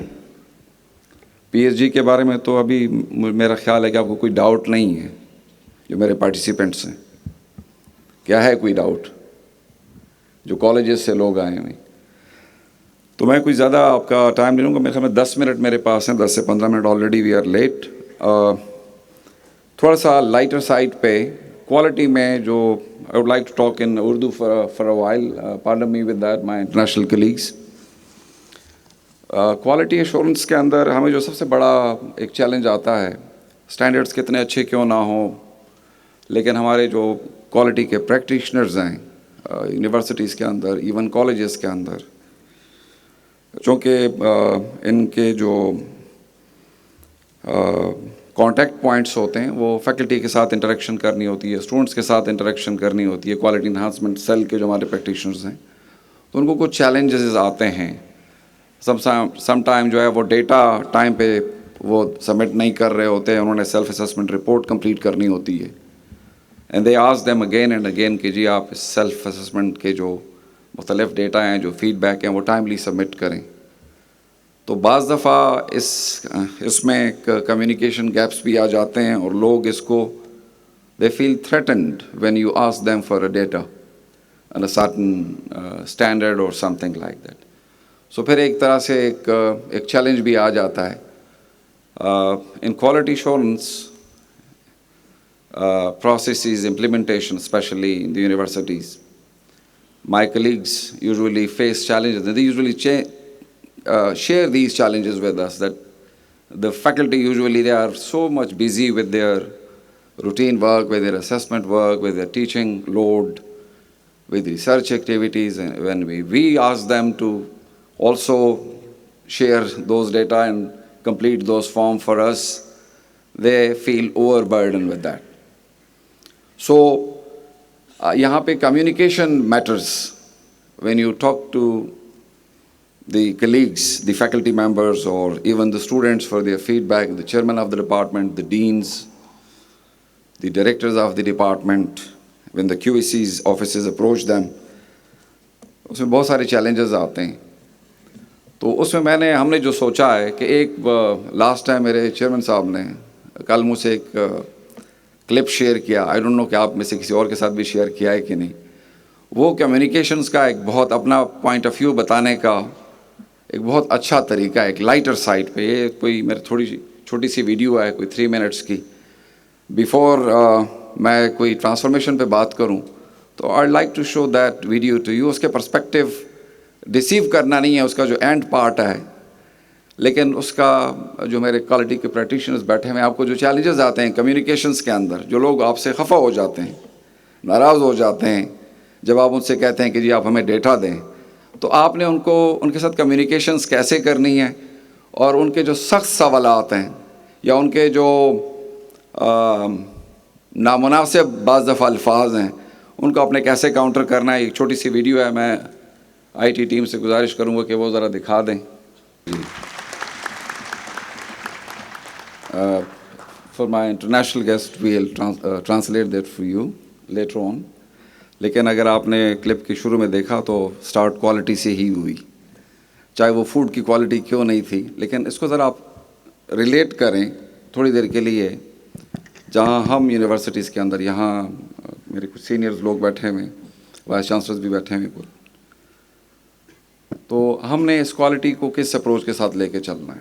یہاں پہ product کی بات ہوئی تھوڑی دیر پہلے, ہمارے کلیگز نے پروڈکٹ کی بات کی, کسٹمر کی بات کی, تو وہ فوڈ کے کانٹیکسٹ میں تھا. لیکن اگر اس کو ہم تھوڑا سا اس کو ریلیٹ کریں ایجوکیشن کے کانٹیکسٹ کے اندر, اور ہم اس کو پروڈکٹ اور کسٹمر کے پرسپیکٹیو میں دیکھیں, تو یونیورسٹیز میں ہم جس قسم کے گریجویٹ تیار کر رہے ہیں, اس ویڈیو سے شاید آپ اس کو ریلیٹ کر سکیں. مجھے بہرحال یہ اچھا لگا کہ کیسے آپ کمیونیکیٹ کرتے ہیں اور کیسے آپ اپنے پروڈکٹ کے بارے میں فیڈ بیک لاتے ہیں. بیسیکلی ساری ایکسرسائز جو یونیورسٹیز کے اندر ہم کرتے ہیں, اس میں بنیادی مقصد اسٹوڈنٹس کی سکسیس کا ہے. یہاں پہ اسٹوڈنٹ سینٹرڈ اپروچ کی بات ہوئی ہمارے پی ایس جی کے پرسپیکٹیو کے اندر. وہ جو اسٹوڈنٹ سینٹرڈ اپروچ ہے, اسی کو ہم تھوڑا ٹرانسفارمیشن بھی کہتے ہیں, یا ٹرانسفارمیٹیو ڈریون فریم ورک ہم اس لیے اس کو کہتے ہیں, اور کہ یہ اسٹوڈنٹ سینٹرک ہوگا. اسٹوڈنٹ سینٹرک سے مراد یہ ہے کہ بیسیکلی ہم اسٹوڈنٹ کی سکسیس کی بات کرتے ہیں اس فریم ورک کے تھرو, جس میں ہم نے پچھلے دنوں میں, چاہے وہ ہماری ورک شاپ تھی یہاں پہ, یا ہماری جو ایڈوائزر تھے کوالٹی ایشورنس کے, انہوں نے کل کی جو ٹاک تھی اس میں آپ نے دیکھا, اور یا جو ہم آئندہ بات کرنے والے ہیں, کل سے ہمارا ایک ایکسرسائز شروع ہوئی یونیورسٹیوں کے ساتھ, اور ہم جیسے میں نے لاسٹ ٹائم بھی کہا تھا بی کورنگ 254 یونیورسٹی. ان 254 یونیورسٹیز کے سیریز کے اندر ہم اس میں ڈیٹیل میں یقیناً بات کریں گے, اور ہم اس میں بھی ہمارا فوکس اسٹوڈنٹ سکسیس کا ہی ہے. یعنی ان تمام سٹینڈرڈس کے تھرو جو پی ایس جی کے سٹینڈرڈز ہیں, جس میں ہم نے جیسے آپ کے سامنے پیش کیا, اس کے 3 بڑے, ایک تو ان کا اوور آرچنگ فریم ورک ہے پی ایس جی کا, جس میں ریکاب ہے, اور اس پہ ڈیٹیل بات ہو چکی ہے. آئی ہوپ کہ آپ اس سے واقف ہیں, اور ہمارے ایچ ایس سی کے ویب سائٹ کے اوپر یہ آپ تمام لوگوں کے لیے موجود ہیں, اس کے لنکس موجود ہیں. اگر کسی کو ضرورت ہوگی تو وہ اپنے جو ایفیلیٹنگ یونیورسٹی ہے اس سے بھی لے سکتے ہیں, جو ہمارے کالجز کے کلیگز یہاں پہ بیٹھے ہوئے. اور جو ہمارے یونیورسٹیز کے کلیگز ہیں وہ آلریڈی انہوں نے اس میں جو ہم نے سروے لانچ کیے ہیں ان میں بھی انہوں نے پارٹیسپیشنس کی ہوئی ہے آلریڈی. ہم چاہیں گے, میرے جو کلیگز یہاں بیٹھے ہوئے ہیں ایچ ایس سی کے شعیب صاحب ہیں, ہم چاہیں گے کہ یونیورسٹیز کے جو کلیگز ہیں وہ اس کو ان سرویز کو اپنے کالجز تک بھی اس کو ایکسٹینڈ کر سکتے ہیں جس پہ ایک فیڈ بیک مل جائے. لیکن اگین جو اسٹوڈنٹ سکسیس کی ہم بات کرتے ہیں اس میں اسٹوڈنٹس کی سکسیس ان ٹرمز آف وہ پرٹیکولر ڈگری نہیں ہے جو اس کو کاغذ کی صورت میں اینڈ آف 4 ایئرز اور 8 سیمسٹرز ملتی ہے انڈر گریڈ کے لیول پہ, یا ماسٹر کے لیول پہ 2 ایئرس کے اندر اس کو ایم فل یا ایم فل کی ڈگری ملتی ہے, یا ایک جرنی کے تھرو اس کو ایک ریگولرس ریسرچ اور اس کے نتیجے میں ان کو ایک پی ایچ ڈی کی ڈگری ملتی ہے. اس کی زیادہ الائنمنٹ جہاں یہاں پہ ہمارے بسام صاحب نے جو لاسٹ ٹائم پہ بات کی تھی, ہمارے جو اسپیکر تھے, لرننگ آؤٹ کمس کے ساتھ ہم جو کچھ یونیورسٹیز میں پڑھاتے ہیں اسٹوڈنٹ کی سکسیس تب ہوگی جب اس کو الائن کریں گے ود دی لرننگ آؤٹ کمس. اب وہ لرننگ آؤٹ کمس پہ بلومس کی ٹیکسانومی کے بارے میں ہم بخوبی جو میرے کالجز کے کلیگز ہیں یا میری یونیورسٹیز کے کلیگز ہیں, they know very well about Bloom's taxonomy, یا اس کے اندر تو فردر ریسرچ ہوئے ہیں کہ کیسے ریلیٹ کرنا ہے اسٹوڈنٹ سکسیس کو ان تمام لرننگ آؤٹ کمس کے ساتھ جو ہماری کوالیفیکیشن فریم ورک کے اندر ان اے سینس موجود ہیں. ایچ ایس سی کا جو کوالیفیکیشن فریم ورک ہے لیول 8 فریم ورک جو کہ ویب سائٹ کے اوپر اگین پڑا ہوا ہے ایچ ایس سی کے, اس فریم ورک کے اندر جو لیولز ہیں, لیول 5 میں ایسوسیٹ ڈگری یا اس کی ایکویلنٹ ایجوکیشن, اسی طرح لیول 6 میں 16 ایئرس کی ایجوکیشن, انڈر گریجویٹ کی ایجوکیشن کی ڈگری, لیول 7 ایم فل اور ماسٹر کی ڈگری, اور لیول 8 از اے پی ایچ ڈی ڈگری. اب ان تمام لیولز کے وہاں پہ لیولز ڈسکرپٹرز ہیں. ہماری جو ایجوکیشن کے بیک گراؤنڈس کے لوگ ہیں, جو لرننگ ڈومینز ہیں ان کے بارے میں آپ کو اچھی طرح علم ہے, جس میں ہم کہتے ہیں کہ جی کوگنیٹیو ڈومینز ہیں ہماری لرننگ کے, سائیکوموٹر ڈومین ہے, اور اس طرح افیکٹو ڈومین ہے, جو 3 ڈومینز ہیں. اور ان 3 ڈومینز کے نتیجے میں اس کو ہم نالج, ایٹیٹیوڈ, سکلز بھی کہتے ہیں سادہ لفظوں کے اندر. ان کی کمبینیشنز مل کے کمپیٹنسیز کو ڈیولپ کرتی ہیں, یہ بھی ہم جانتے ہیں. تو بیسیکلی ہم جو کچھ یونیورسٹیز کے اندر یا کالجز کے اندر پڑھا رہے ہیں, یا ایون لوور گریڈس کے اندر اسکولوں کے اندر پڑھا رہے ہیں, وہاں جو ہمارے اسیسمنٹس کے طریقے ہیں ان کو نہ صرف افیکٹو بنانا پڑے گا, اور ہم نے اس پی ایس جی کے اندر اس ایریاز پہ اسپیشلی فوکس کیا ہوا ہے کہ ہم نے تھوڑی بہت جو ریسرچ ہمارے بہت سارے یونیورسٹیز کے اندر کلیگز نے کی ہے اسیسمنٹس کے طریقوں کے اوپر, وہاں یہ فائنڈنگز ہیں کہ ہم جتنی بھی محنت کر لیں اگر اس کی اسیسمنٹ ٹھیک نہیں ہے, اب وہ ایک بڑی ڈیبیٹ ہے, ہم اسیسمنٹ پہ بڑی بات کر سکتے ہیں, لیکن اس کا جو کی فائنڈنگ ہے وہ یہ ہے کہ وہ اسیسمنٹس, وہ میتھڈس تو ہیں لیکن وہ اسٹوڈنٹس کی جو لرننگ آؤٹ کم ہے شاید اس کو صحیح طریقے سے وہ اسیس نہیں کرتی, جس کی وجہ سے اسٹوڈنٹس کی جو سکسیس ہے وہ الٹیمیٹلی اس کو وہ امپیکٹ کرتا ہے. تو یہ ہمیں عام طور پہ دیکھنا پڑے گا as a teacher, as an administrator, کہ ہمارے اداروں کے اندر اگین اسٹینڈرڈس تو بہت کچھ کہتے ہیں, لرننگ آؤٹ کمز بھی آپ کو بتا دیے گئے ہیں کہ اگر آپ کے پاس لیول 5 کی ڈگری ہے equivalent to 14 years of education, تو ایکسپیکٹڈلی آپ کا نالج لیول یہ ہو, آپ کا ایٹیٹیوڈ ایسا ہو, آپ کا اسکل لیول یہ ہو. وہاں آپ کو ایک مرر دکھا دیا گیا ہے in terms of learning out کم یا ایکسپیکٹڈ لرننگ آؤٹ کمس کے کیس میں, یعنی ایک مرر ہے کوالیفیکیشن فریم ورک کا جس میں آپ اپنے اسٹوڈنٹس کو دیکھتے ہیں کہ آپ کے اسٹوڈنٹ کی سکسیس کا جو لیڈر ہے وہ کس سائڈ پہ یا کس طرح موو کر رہا ہے. کیا صرف نالج پہ تو ہم فوکس نہیں ہیں, عام طور پہ دیکھا جاتا ہے, یہاں بھی جو پچھلے 2 دنوں میں ڈیبیٹ ہوئی ہے اس میں بھی یہی بات ہوئی کہ آج بھی ہم شاید لیکچرنگ پہ, جو ہمارے قطر فاؤنڈیشنز کے پریزیڈنٹ تھے ان کی جو پریزنٹیشن تھی اس کے اندر خاص طور پہ کہا گیا کہ جی لیکچرنگ جو ہے ایک بہت اچھا میتھڈ ہے لیکن وہ ہمیں لرننگ میں سپورٹ نہیں کرتا. تو ہمیں دیکھنا پڑے گا کہ ہماری جو ٹیچنگ کے طریقے ہیں اس کو بھی ٹرانسفارم کرنا ہے, ہم نے اپنے ایٹیٹیوڈس کو بھی ٹرانسفارم کرنا ہے, हमने लर्निंग आउटकम्स को उनके साथ अलाइन करना है, जो हमारे day to day teaching learning जो मैथडोलॉजीज़ हैं और जो हमारे असेसमेंट के तरीके हैं उनको भी ट्रांसफॉर्म करना है। पीएसजी के कॉन्टेक्स्ट के अंदर हमने कहा है कि जी ये चूँकि एनहांसमेंट ड्रिवन अप्रोच के साथ हमने पेश किया है। और अगर मैं क्विकली अपने टॉक को कंक्लूड करूं तो मैं ये कहूँगा कि पीएसजी के कॉन्टेक्स्ट के अंदर ख़ास तौर पे is one of the transformative features of PhD is an enhancement-driven approach, unlike traditional framework that focus on conformity. Last time भी हमने बात की और हमारा इसका जो एसेंस है PhD का जो फाउंडेशन है वो इसी के ऊपर बेस करता है कि हम conformity से enhancement की तरफ जाना चाहते हैं। और ये enhancement जो मैंने पहले बातें की हैं उसके बगैर मुमकिन नहीं है जब तक हम स्टूडेंट्स को इसके अंदर एंगेज नहीं करें। Last night we were just discussing with my international colleagues when we were travelling back. Jacob is he's around. So we were just talking about since we were talking about the student success, so in that context we were just discussing that one of the challenge that we'll be facing in implementing this framework PSG will be actually the effective, active engagement of students in quality assurance. We do engage students in the previous framework. There is a provision there. Very senior practitioners of quality assurance are right here. They know. We ask for their feedback. They give us feedback. There are feedback performers there. But the question is that all those feedbacks really matters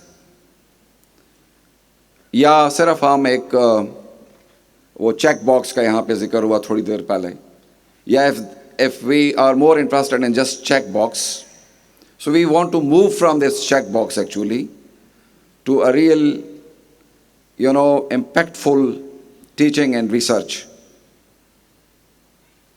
अब ये बहुत सारे question हैं जो हमने अपने आप से करने हैं as a teacher, as an administrator within the education setups, चाहे वो यूनिवर्सिटी हो चाहे कॉलेज हो। तो this PSG actually, if you go through it line by line, I would request all my colleagues sitting here from the universities and from the colleges that please go through it, just read it, find some time for this very important document, जिसमें हम already when you start reading it you will find कि whatever you were thinking is in it, क्योंकि ये collaborative process के नतीजे में ये just it's not an imposition from the Higher Education Commission, बल्कि this framework is developed as a result of collaborative efforts. Students have been engaged into that process. Faculty were there, administrators from the universities were there. I believe some of the colleges also participated in that. And we'll still be deliberating on this framework in order to further improve this document or these standards. जिसके लिए मैंने आपको कहा कि we are thinking of completing this exercise of deliberating this or discussing in detail with this framework with the universities practitioners, the quality assurance practitioners, and we are planning to implement this or to share this final document with the sector, with the higher education sector from July this year. उस तक अभी चूँकि printed हालत में उस तरह नहीं है, it's not a final print that you have been through. इसको फाइनल प्रिंट की शेप देने के लिए ये जो हमारी सीरीज़ है वर्कशॉप्स की कंप्लीट होने के बाद इसको हम देंगे। इसमें what we expect from the universities, and we also encourage them to proactively identify areas for improvement.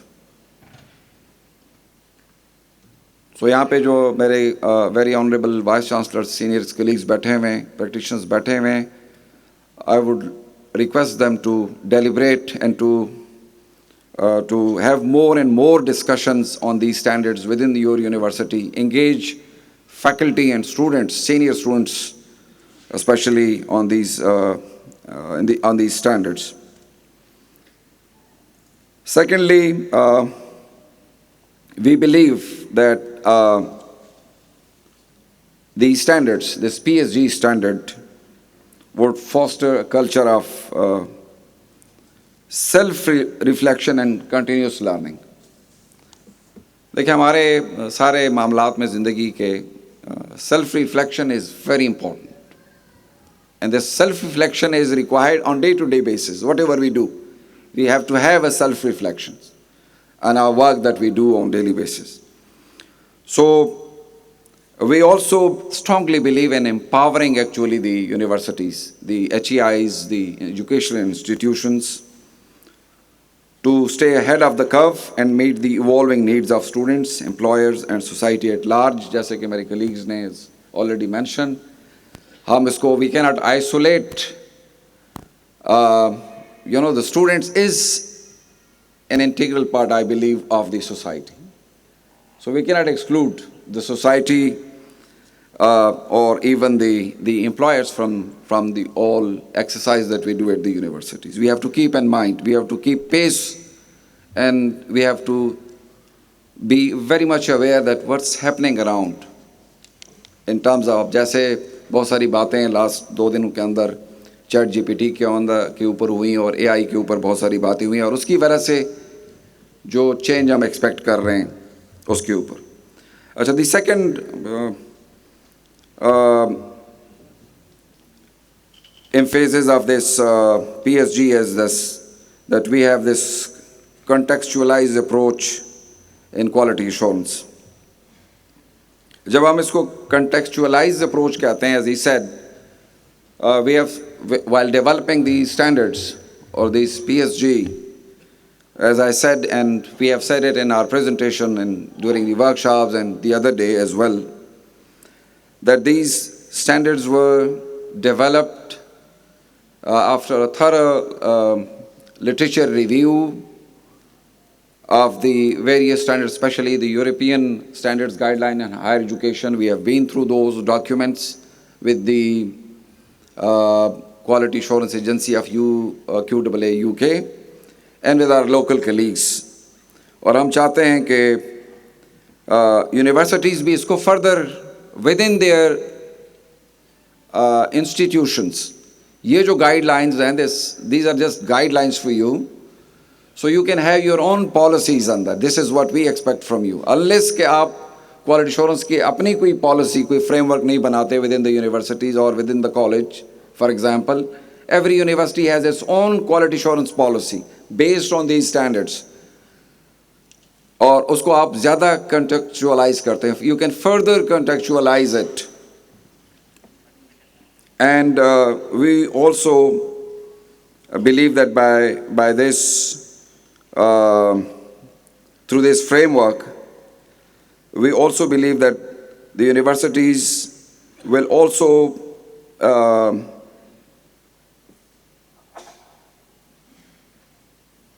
engage the local community. जिस community में आप काम करें, जैसे हमने last time भी कहा था कि यूनिवर्सिटी HSE का जो focus है या जो expectation है university से उस not only to award them with a degree, but to actively engage with the community and also to look at the problems there and to find a solution for those communities. And in that context, जब हम इसकी transformation की बात करते हैं, so that's why this framework also emphasizes on collaborations over isolation, as we said earlier. So that requires collective actions. Universities के अंदर in a total. HEIs are encouraged to collaborate with one another, not with the community, but in the region as well. Lastly, last time there was a discussion in which universities, for instance, yes, the discussion recently happened in NUST, where the NUST, one of the best universities where our colleagues are staying. So I was talking to the pro-rector and he shows me some of the labs there.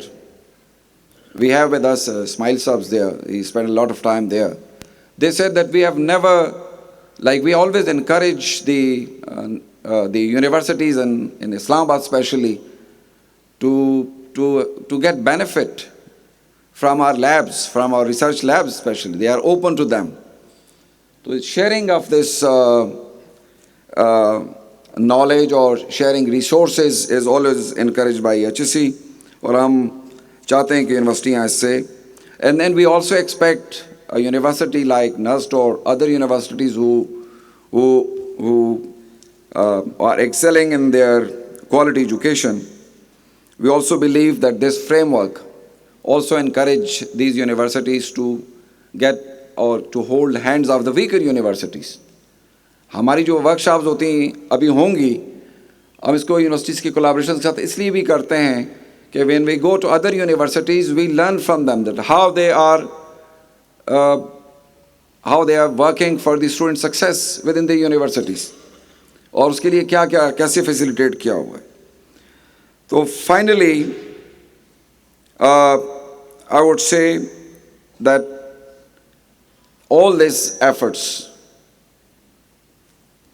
needs a culture of mutual support to each other and exchange knowledge, drive continuous improvement across the higher education sector.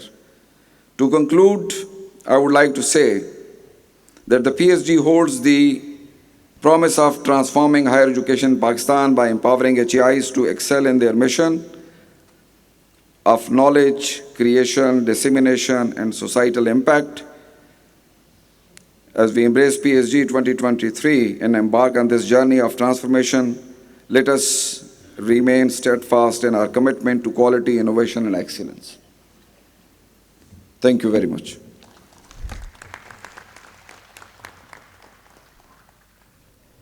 Thank you very much, Mr. Nasir Shah, for sharing your remarkable knowledge with us.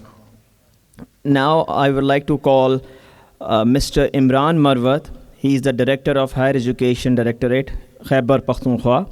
His presentation is titled Governance in Higher Education in Pakistan, Challenges and Its Way Forward. The floor is yours, sir. Thank you. Bismillahirrahmanirrahim. Starting from the name of Allah, the most merciful. It's an honor to be here representing Higher Education Department, Khyber Pakhtunkhwa. HED is thankful to the PNQAHE President, the Worthy Vice Chancellor, Khyber Medical University, for giving a chance to the Khyber Pakhtunkhwa colleges to participate in the conference.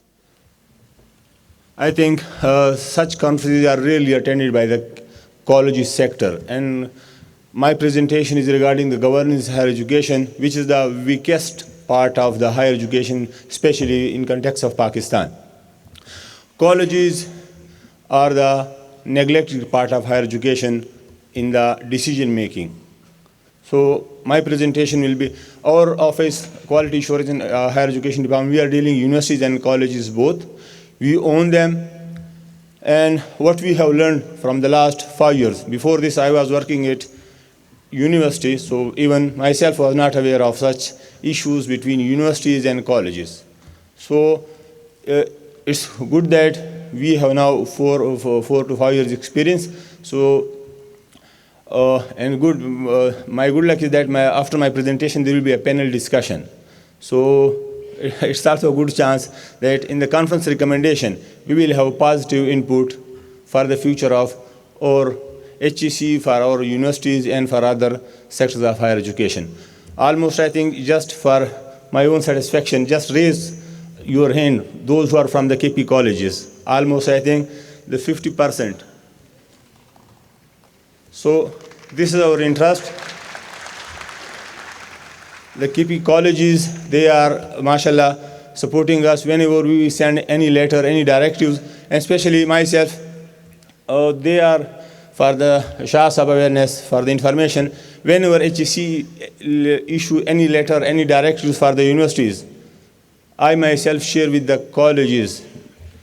And our purpose is to bring our colleges at par with universities.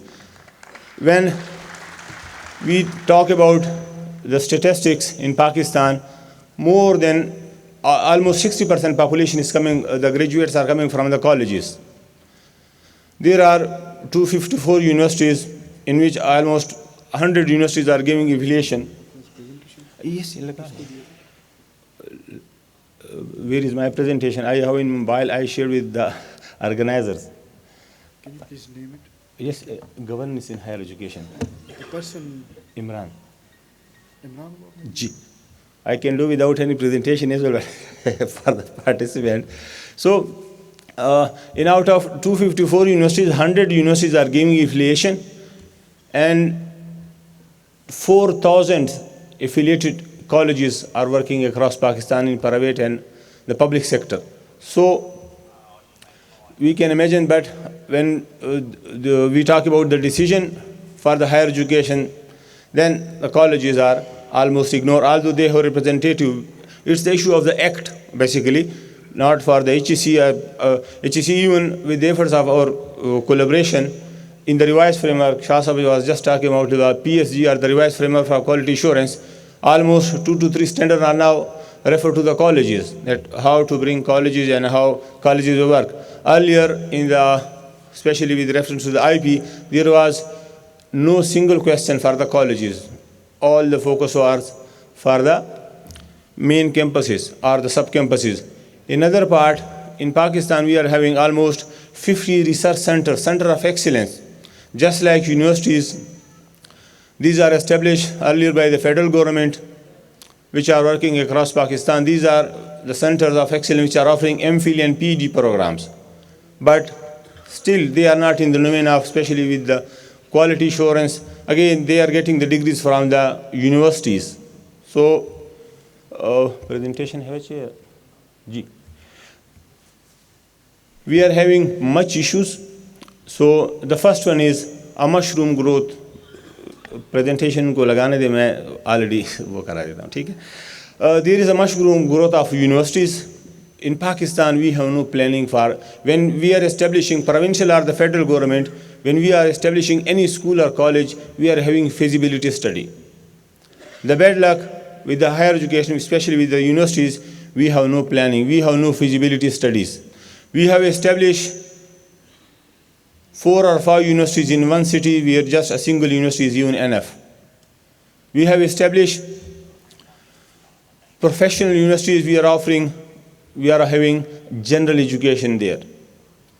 Then appointment of the vice chancellor, the appointment of pro-vice chancellor, and appointment of a senior deans is a big challenge currently in Pakistan. Vice chancellor are also appointed by the provincial or the federal government, but the pro-vice chancellor are the senior deans, or the dean's appointment is the responsibility of vice chancellor. But we are having across Pakistan multiple issues. Out of 154 or 150 public sector universities currently, 51 universities are without vice chancellor, full-time vice chancellor. When there is no leader of the house, we can imagine we are all the part of the system. Iraqism, a big challenge to Pakistani higher education system. We are having pro-vice chancellor, even when they are having such, they are leading the universities. Even there are universities, even if I can say there are 20 or so universities currently in today's, when we are sitting here, there are 20 universities we are having no pro-vice chancellor even. So a big issue. Then with the mushroom growth of universities, we are having the issue of less competent faculty. Or we can say we are having incompetent faculty in these substandard or especially in new universities. We are not providing proper qualified faculty, although they are having qualified faculty, but we are not having competent faculty. And even, if I can say, there is a nepotism, there is a favoritism in our faculty appointment. When we are talking about the colleges, we are appointing them through a federal commission, through a public service commission of the provinces. But in universities, it's not the case everywhere, but we can say that it's an issue.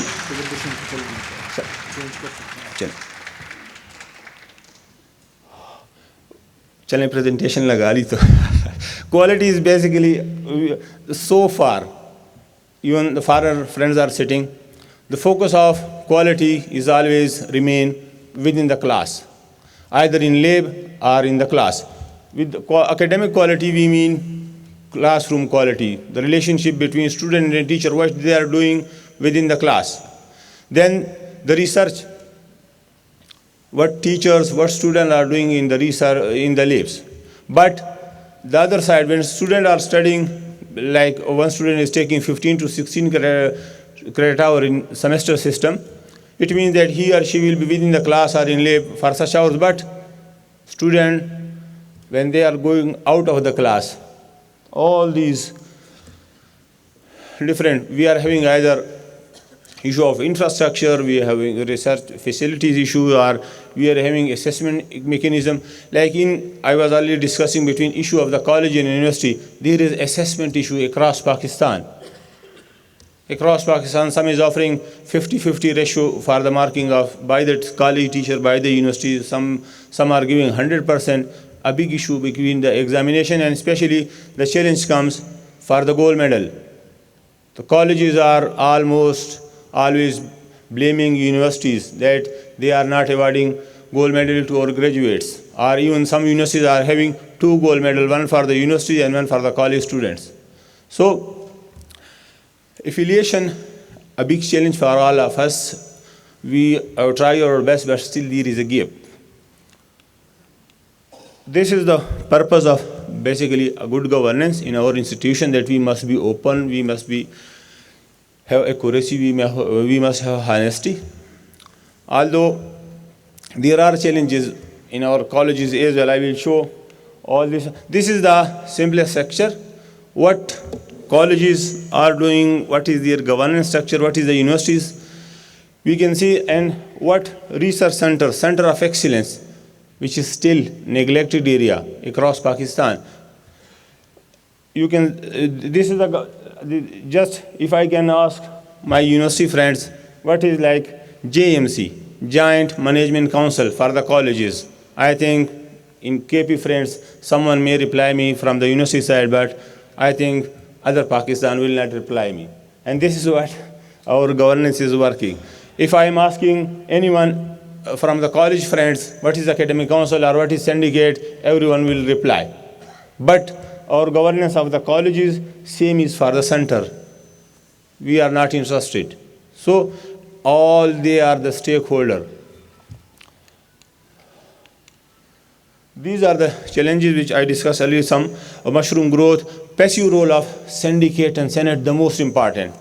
Syndicate and senate are the forums which is basically running the institution. Although Vice Chancellor is the Chief Executive, he is the Principal Account Officer of the university, but he is just head of some, like he is head of selection board, he is the head of the academic council, or he is chairing these bodies. But senate are chaired mostly by the Chancellor, and syndicate where almost every machinery of the government, they are the part of that.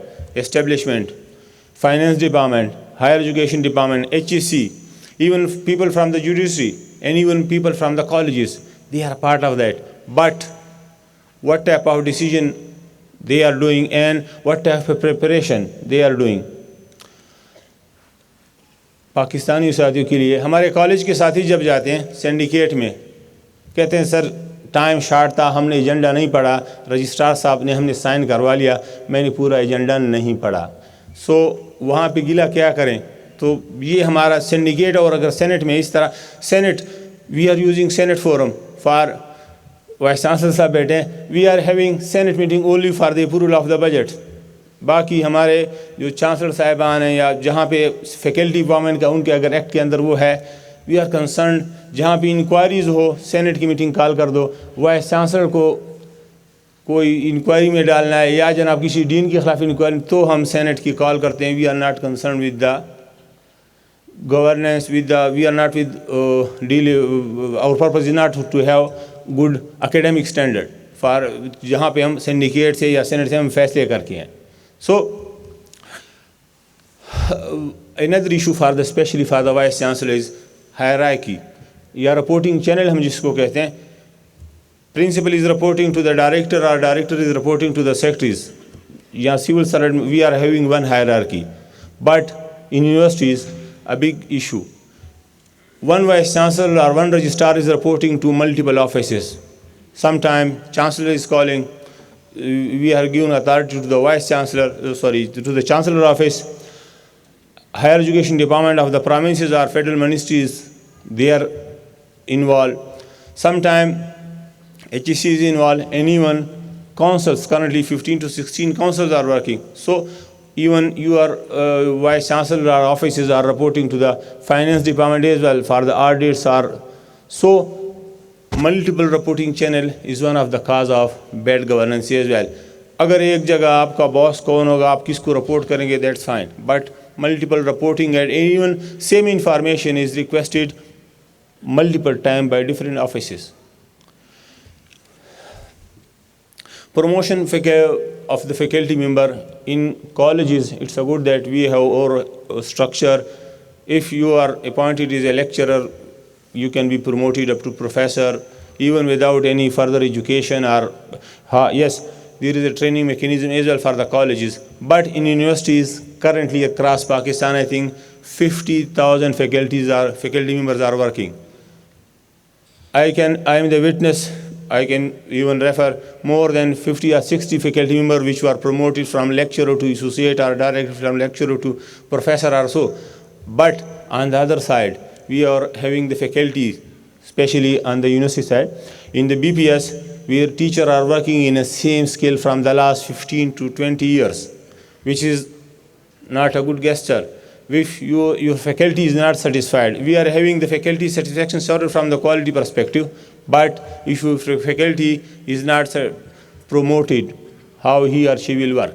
So currently across Pakistan, then another issue, the TTS and the BPS scale race between the faculty. We have put our faculty in the impact factor race earlier. We are lacking applied research issue in our institution. One teacher is publishing 15 to 20 papers every year, but what is the impact of his or her research to the society, to the economic situation of Pakistan? Then, appointment of administrative position. Teachers are hired basically for the teaching and research. On the administrative side, across Pakistan, 20% seats are not full-time. We don't have full-time registrar or controller or treasurer. We are having just like a cashier. They are distributing salaries. Or treasurer office responsibility is not just for the disbursement of the salaries or just for the utilities bill. We need finance manager and full-time. Across Pakistan, less than, I think, 10 universities are having such full-time position, and especially with the quality professionals. HEC is always pushing quality enhancement cell offices, but the full-time full-time staff, whether a deputy director, assistant director, or a director, they are in less ratio. We are having financial issues across Pakistan. Even every office, in Pakistan is a state. We are having financial issues. I appreciate Sindh government at least in this sense that along with HEC, Sindh government is regularly now giving annual grant to the public sector universities.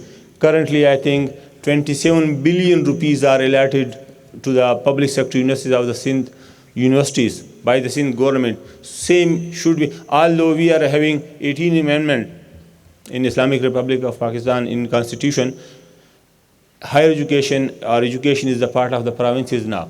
Sindh has taken this initiative, a good initiative, that they are giving funds. HEC fund is almost same since last 4 or 5 years. Federal government has not raised any funds. So from where these universities will generate funds. So this is the responsibility of the provincial government as well to support universities in terms of finance. Across Pakistan, there is a big issue of student-teacher ratio. HEC or councils are giving us ratio for the faculty-student ratio in science, in engineering, or in social science. Same is with the academics versus non-academic. 1 to 1.5 ratio is giving for the faculty versus non-academic staff. But in universities, we are seeing that there is 1 to 7 ratio in the administration staff, especially in our class 4 or in the support staff. which is a big challenge to our higher education, impacting the financial as well as other issues. Violation of Act institute in HEIs across Pakistan. We are violating the act which is passed by even by the assemblies, by the politician. Those who have approved this legislation for us, first of all, they are violating this. Then coming from top to the bottom, the vice chancellor, the deans, the registrar, and other offices. We Pakistani as a nation, sorry to say, but we are fond of having shortcuts. So we are violating these, and we are not following Act and even the statutes in many ways. I already discussed this. Many new universities lack senior faculty. Currently, even if I am talking about the KP universities, I think 4 to 5 universities out of 34, they don't have associate professor, they don't have full professor, they don't have any deans. Even associate professor will be only the chairman. So they don't have the chairman of the departments. How their board of faculty, how their board of studies, or how academic council will work. So a big challenge for our universities. Affiliation, I already discussed, a big challenge. It should be the strongest portion of the higher education, and inshallah in near future it will be. Poor quality intake across Pakistan, our school system. We are talking about the quality in our higher education, but our generation is coming from the schools. Especially in government schools. If you are a teacher in a government school, but if I am a teacher in a government school, I will send my kid to the private school. So from here, we can expect what type of quality education we are offering to our own students in our government colleges, our feeding schools. So a big challenge. Then in labs, across Pakistan, we are having issues, but the main issue is there may be a chemical, there may be a labs, but there may be equipment, but we don't have relevant technical person across Pakistan for our labs. Our teachers are doing everything, which is not a good gesture. Across Pakistan, we are having no teacher training for regular teacher training. HEC has now established NAHI, or they are working earlier. There was a department, but in colleges we are having academies for the training, but it's not necessary that you are PhD doctor and you are a good teacher. If somebody did a PhD, we directly send them to the class.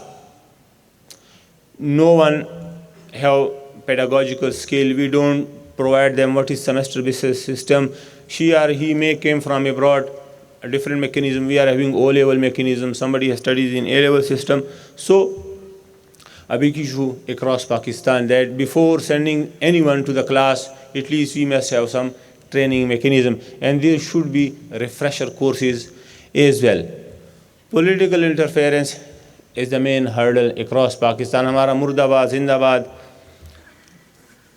Even in the faculties there are union, in the students there are union, but political interference by the provincial leaders or by the politician, a big hurdle across Pakistan. We made 5 education policies, I think 6 or 5 policies for the education policies of Pakistan. Same, we made policies, HEC is making policies for higher education, universities are making policies, but as a nation, Pakistani, sorry to say, but our issue is its true implementation, and especially if it is implemented, we are having issue of compliance. Shah Sahab earlier explained that now we are going toward the compliance. So again, HEC efforts are appreciable in this regard.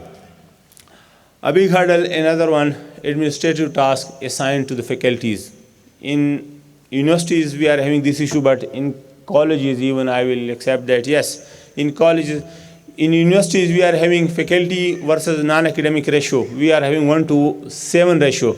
But in the colleges, if let's suppose I am talking about the KP colleges, let's suppose, very rare support staff. Our teachers are doing everything. They are working for the control examination office, they are working for the registrar office, they are working for the QVCs. So On the college side, such ratio should be at par as per the HEC recommendation at least, and we are at least from the HED side, KP side, we are trying on this side as well now.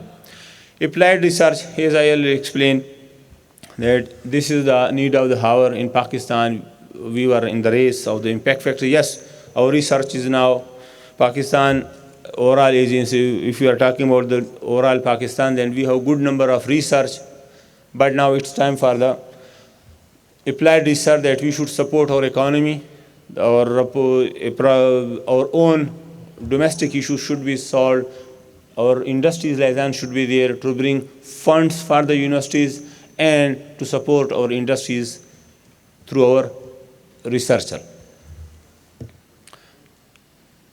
So I am here for the question if I did anything strong. Okay, we have a question. Sir.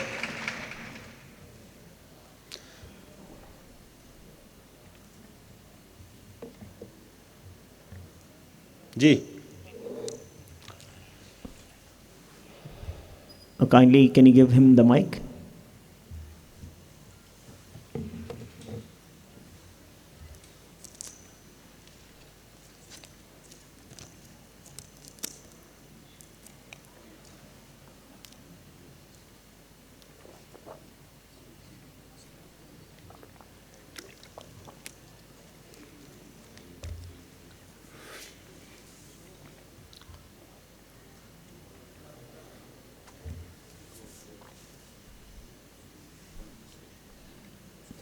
Okay, the mic has arrived.